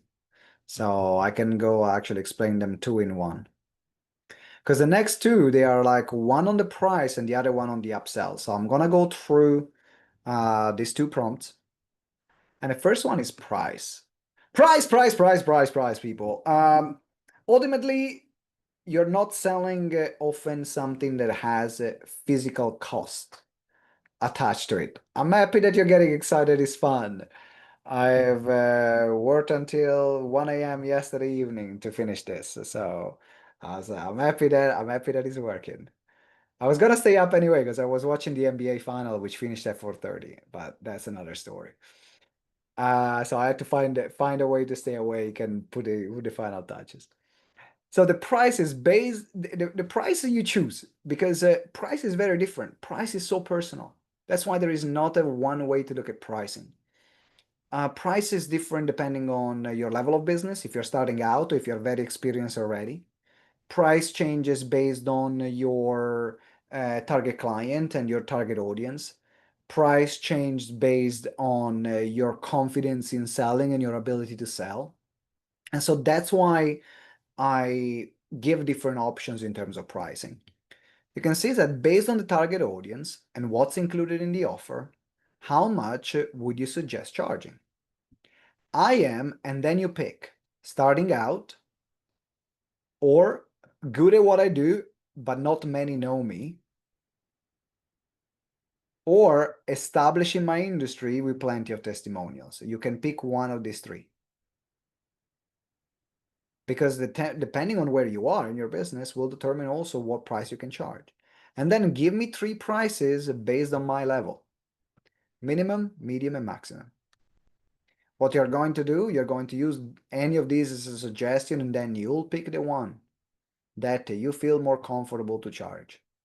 The goal is to make it easy for yourself. Remember, you can change the pricing later on.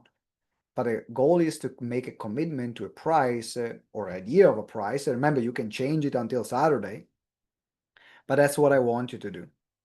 And then after you've done the price, you can go on the upsell, which basically is what services or product could I offer as a logical next step after someone has purchased and completed the offer I just created. So that gives you already an idea about what you could sell next. So I'm gonna give you another 2 minutes for this. You use the pricing prompt, choose which level you're at, and then after that, after you choose the pricing, you let ChatGPT know I pick this price. Let ChatGPT know. I forgot to mention that part. I pick this price, and then you're going to use the upsell one. Go, couple of minutes. When you're done, write down in the chat.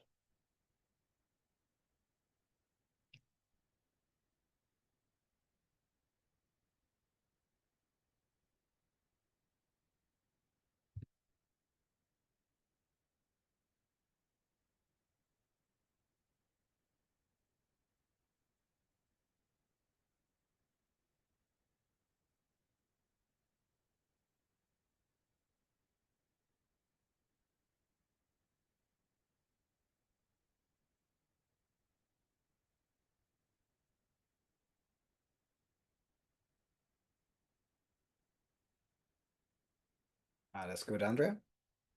Andrea. Continue calling. Keep calling you Andrea. Andrea. Got it.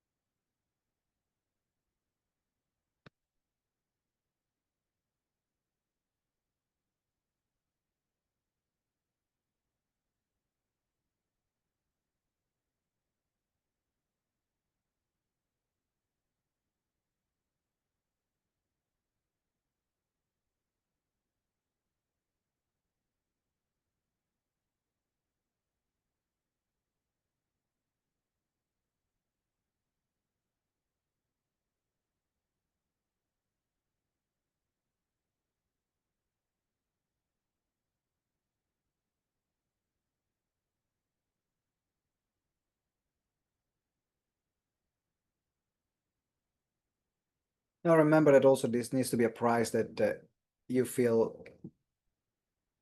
good about charging, right? So the price that you charge needs to also feel good for you about charging. You don't want to feel that the price is too high where you will freak out if you have to sell it because you're ultimately the one selling it.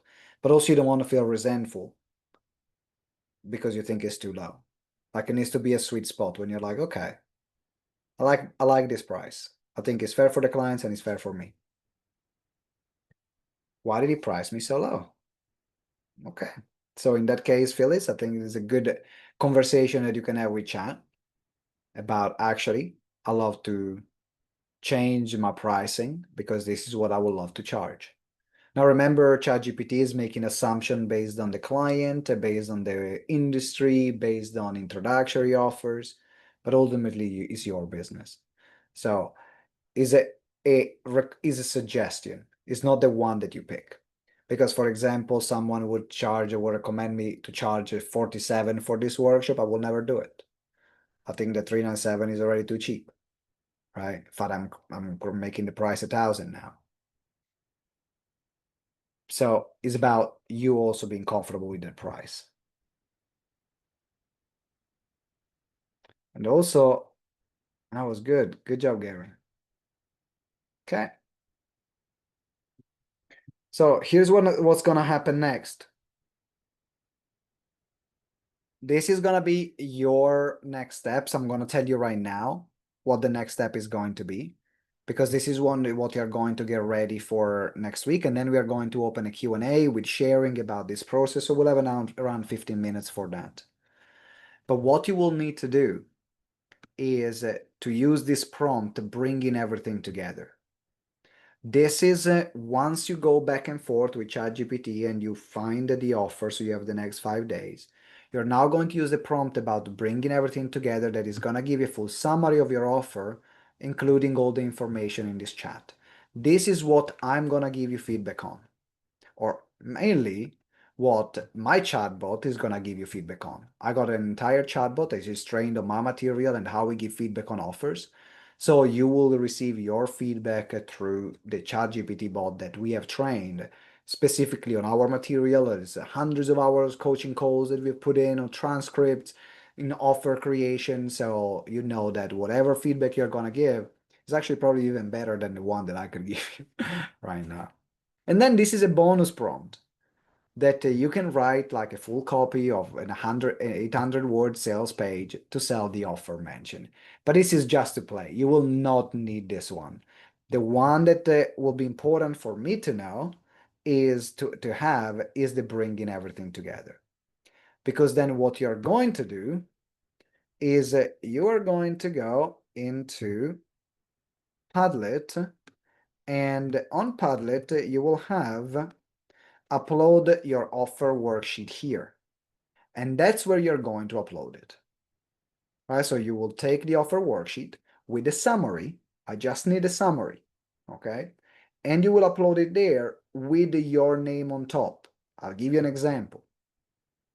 You can see here, this is an example of what our Padlet board will look like by the end of this training. It's like it's a living, breathing board that is gonna evolve together. So you will put your name, if you remember, when you add something, you type your name in the subject. That's the only way I will know is you. And then you're going to upload the document, and then you're going to receive feedback based on the work that you have done, based on the offer. And so you'll say, okay, these are the things that I like, these are the things that needs to change. So this is going to be your assignment. And before we go into the Q&A, let me go now next. So with edit. So you're going to complete the offer creation worksheet, as I mentioned. So you complete it, you get the summary, and then you upload it on your Padlet board. You upload it on the Padlet board, so then you can get feedback. And the deadline is Saturday night. Saturday night, end of the day, your time zone. We don't do difference in time zone. Saturday night, end of the day, your time zone. That's going to be your deadline to upload this worksheet. And also, I will send you another video to prepare for the next session. So you will receive tomorrow morning another video that will basically be a recap of what we did here, with also the preparation of what you need to have ready for the session that we are going to have Tuesday next week.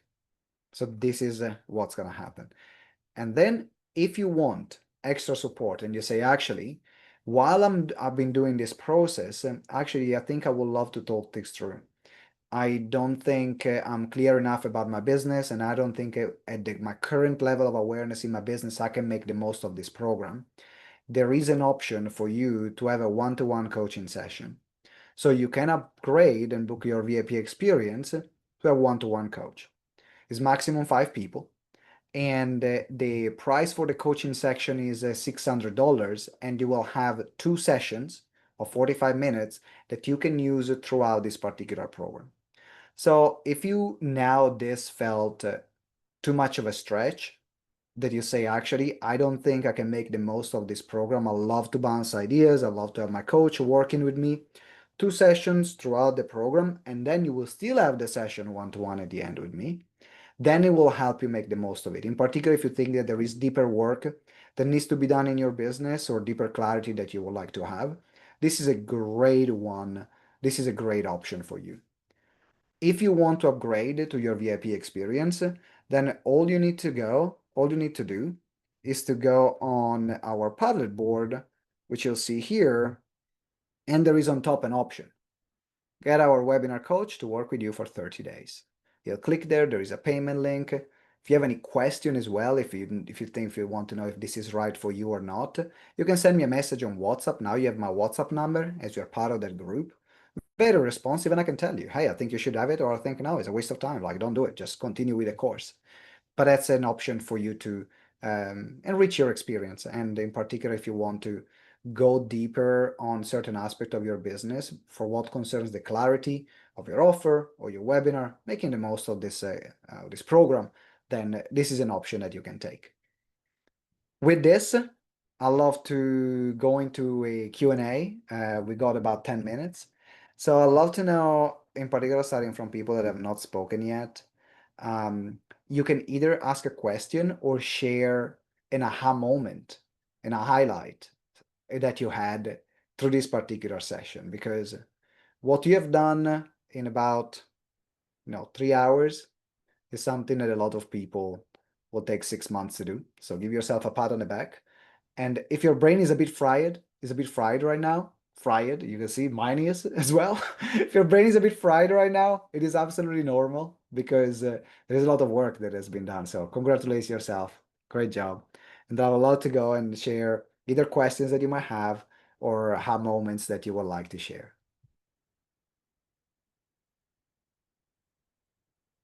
I'll start with Catherine. Catherine, we start with you, and then we go with Phyllis. Okay, that was You great. can also Thank you give so yourself a much. quick introduction as well, so you can introduce Okay. yourself to other people now. Very quickly, my name is Catherine Cannings. I'm a coach for bilingual families, so I help them create routines and structure their families so that all the languages in their home thrive.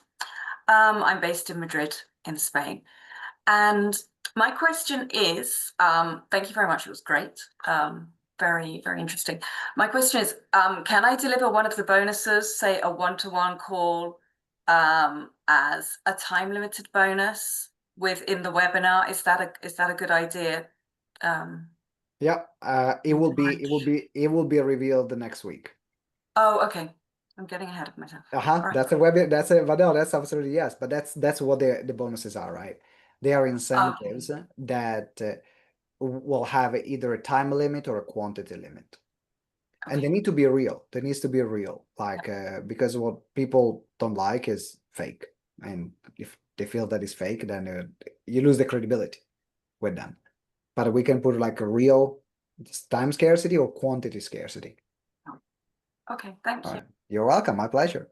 Phyllis, a quick introduction and your question or share.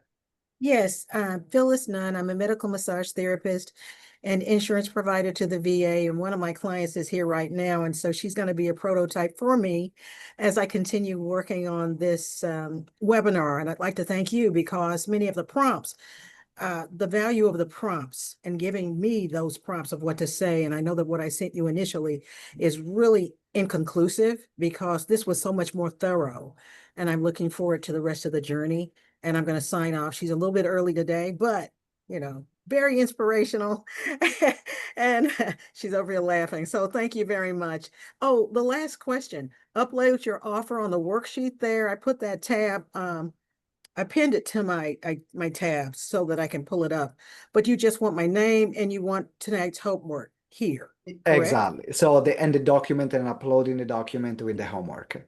So you will Yeah, we're see gonna work a little bit on it now. So you're gonna see exactly. It's something. like by the end of Saturday, so it will look something like this. You'll put your name and then you will upload the document. Okay, so Okay, that was great. the one from last time. You see Yeah. that's how people did, and then they got feedback. So that's scary. Have that uploaded. Okay. All righty. We're just gonna upload your offer, and I can do that. Gonna do it. Sign out now. Thank you, and All I'll see right. you next time. That's awesome. Thank you, Phyllis. Thank you. Goodbye. Who wants to go next? Rihanna. Hi, yes. So Rihanna here. So I'm actually not running a business at this stage. I have clients that I'm still working with, but I've started a community about 18 months ago, and I wanted to run women's circles, and this community started because of that. But I've had to put things in place to run the community before I could get to the circles.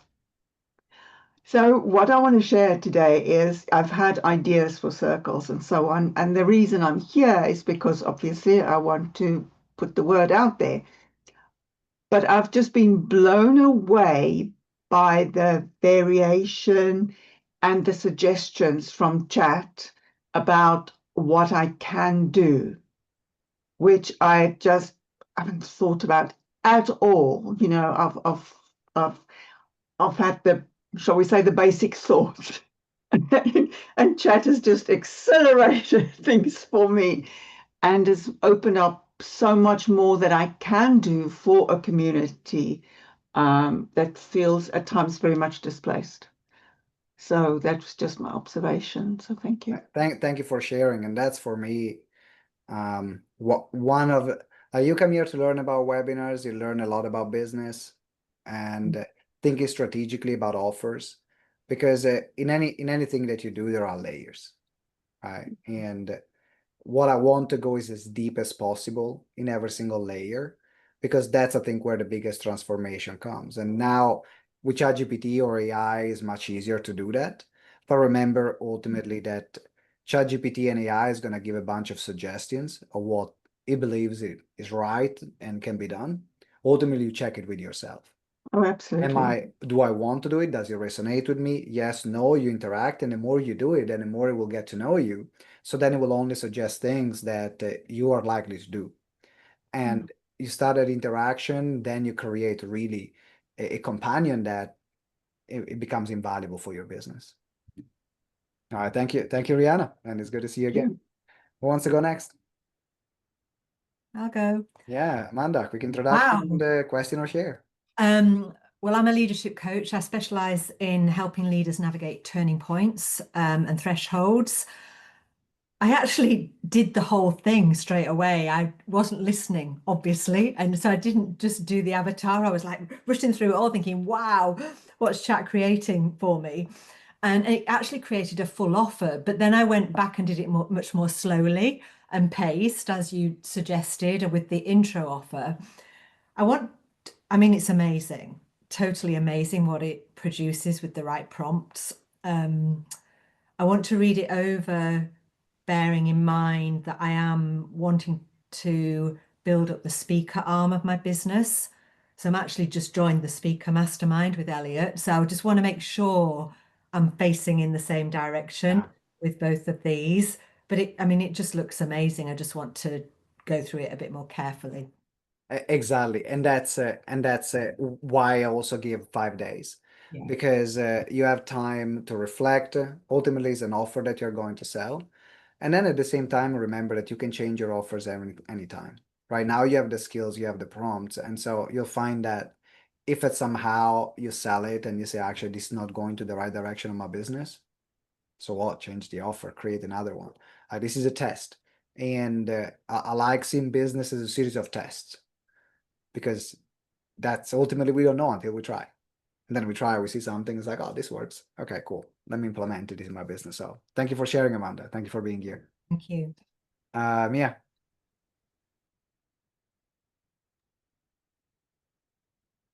Yes, Simona, thank you so much. I'm blown away with the possibility that ChatGPT is providing us. It's like, bam, within a time, short time, it's avatar business. And also thank you for your clarity and your guidance, already offering us this kind of step-by-step approach so that ChatGPT can answer it, because also this clarity to get these steps already would have taken me minimum a month. So thank you really very much. That's a great approach. Now, also my question is like, I did build a community on Facebook, and I had private groups where I was like introducing them, and also like but that was like 2 years ago. And now I changed my approach, and I'm offering something different. Nevertheless, I still have that woman, and I would love to reawaken them. Is that, can I ask also ChatGPT to give me a good strategy, or can we talk about it? Absolutely. I mean, you can ask ChatGPT to give you a good strategy. The way that I see it is that use what we are doing together here, because Yeah. your webinar is already a great way to reawaken a community. If you see it as a way of, hey, I'll make some changes. I had this group. Now I'm going in this direction. Come on the webinar so you're going to see where I'm going. You're going to see Yeah. what I'm creating. So webinar is an incredible way to reawaken a community. It's a great way to re-engage past clients, past potential clients as well. These are all people that can be great fit for you for your first test of the webinar, because also they're already familiar with you. So if someone is already familiar with you, they're more forgiving. Yeah. Okay. So Cool. absolutely. All right, you're welcome, Mia. Leslie, how about you? And then I go Huda. Hey, yeah, so this has just all been really amazing. I've been, I have my side hustle. I have a 9 to 5. I work in corporate. So I've been slowly working on this for like a year, a little over a year, kind of really looking to put myself out there more, get more engagement, get more corporate clients, but not like I know what I wanted, but didn't know how to get it or what it really was until I kind of stumbled upon this with you, Simone. So I was a little nervous about, oh, is this really what I need? Can I do this, while I have a full-time job, and being someone that's neurodivergent as well, it's all can be very overwhelming. So this has just been really great. You're very just straightforward, calm, manner is extremely helpful to me. And I have not felt this excited in quite some time. And I don't feel super overwhelmed either. Like this is gonna, take forever. I'm not gonna do it. I can do it. You're giving me the tools. So yeah, thank you so much. This has been amazing, and I can't wait to continue. All right, let's keep building on that. Thank you, Leslie. Thank you for being here and for giving it your all. Thanks. Huda, and then Harold, and then I think we're good to wrap up today. Yeah, so I just want to express my gratitude. That's been also very much fun, and I agree with all the feedback you've given, that everybody has given you so far. So yeah, glad I joined the program. So looking forward to day 2 and 3 as well. My question, and maybe I'm a bit ahead. English, is it my native language? So I have been coaching in Dutch. I have had some English clients. I have been thinking of expanding my reach and choosing English, but for sure you've had experience with other students as well who have been doing this training and choosing to do this course in their own language. So I know you can only, the chatbot probably, I don't know if it recognizes also different languages. Absolutely. Or if I decide to do my training in Dutch, will it be able to give me the proper feedback, or would you suggest doing it in English anyway and then adjusting it to? So I mean, you're talking with someone like English is not my first language either.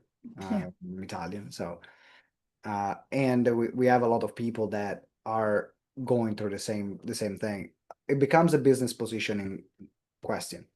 Do you want to have your business primary in Dutch or English? And which one is the one that you're running now? Because if you're running right now primary your business in Dutch, do it in Dutch. Now, the questions are going to be in English. You need to give me the stuff in English because I don't speak Dutch. But ChatGPT, you can ask, okay, put this in Dutch. So for example, I'm working with a client right now and we're building the entire webinar for her, and she's Italian. So I'm using my same methodology that I got everything in English, but I asked ChatGPT to write in Italian.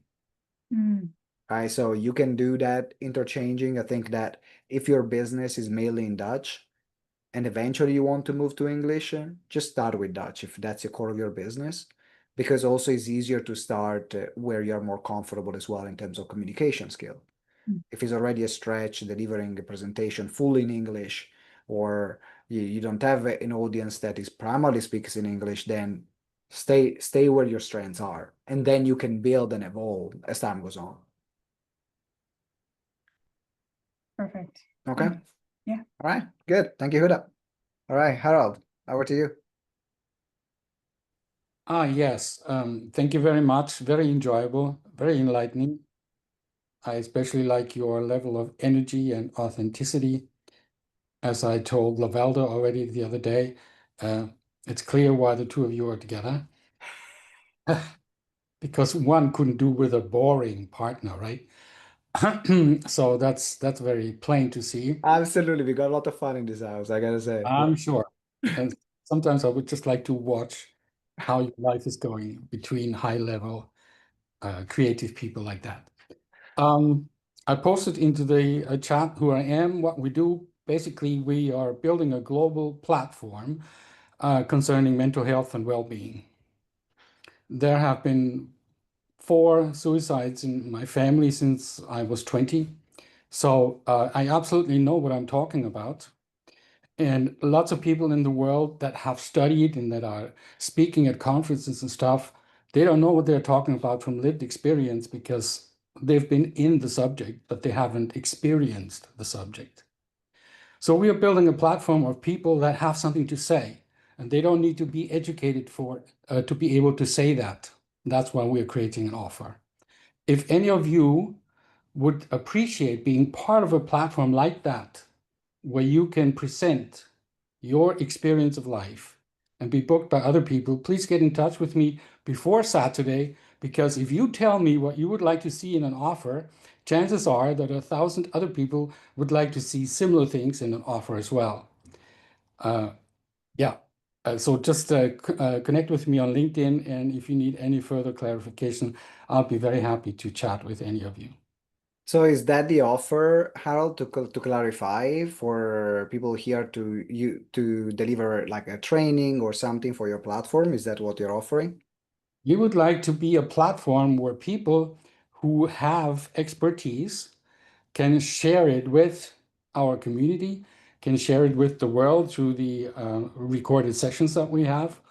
We have an annual conference where people can take part, and where they can also be seen by other people who would like to have a mental health speaker for their next company conference, for example. So it's a round table of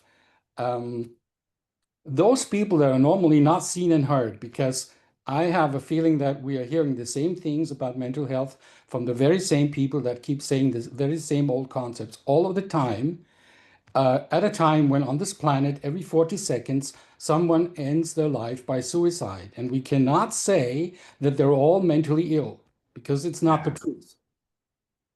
Okay. It's that the pressure in life is gradually increasing, and people are just basically falling by the wayside. And there are a million and one reasons why they do this. For example, if women are going through menopause, there's probably no man that is going to talk about it. But menopause can actually kill a woman, not to talk about her character transformation. So we need people explaining that to the world from lived experience. I love your passion and what you're creating. So anyone that wants to be involved in Harold's community, share their knowledge and experience and expertise, then he put his LinkedIn contact in the chat. So make sure you connect with him. So thank you for sharing, Harold, and thank you for being here. All right, last one, Hetty, and then we are wrapping up for today. Hey, Simone, I just wanted to tell you, having gone through this before and all, it is quicker. As far as the information. So I just wanted to just tell you that good prompts. Yes, a lot quicker. Approved? So, yes, approved. Okay, all right. That was my test as well. So I'm happy about what I got yesterday while I was doing the test of the full prompt. So I'm happy that we are moving also now into this direction, and wait until you see the full webinar creation by ChatGPT. That's gonna be also another great experience. So everyone, thanks very much for being here. Make sure you upload your Padlet by end of Saturday. Any other question, there is a support on the WhatsApp group, so use it. Any question, anything that you're stuck, any doubt, put in the support in the WhatsApp group, and I'll see you there. And until next time, remember that together we grow exponentially. Ciao. Bye-bye.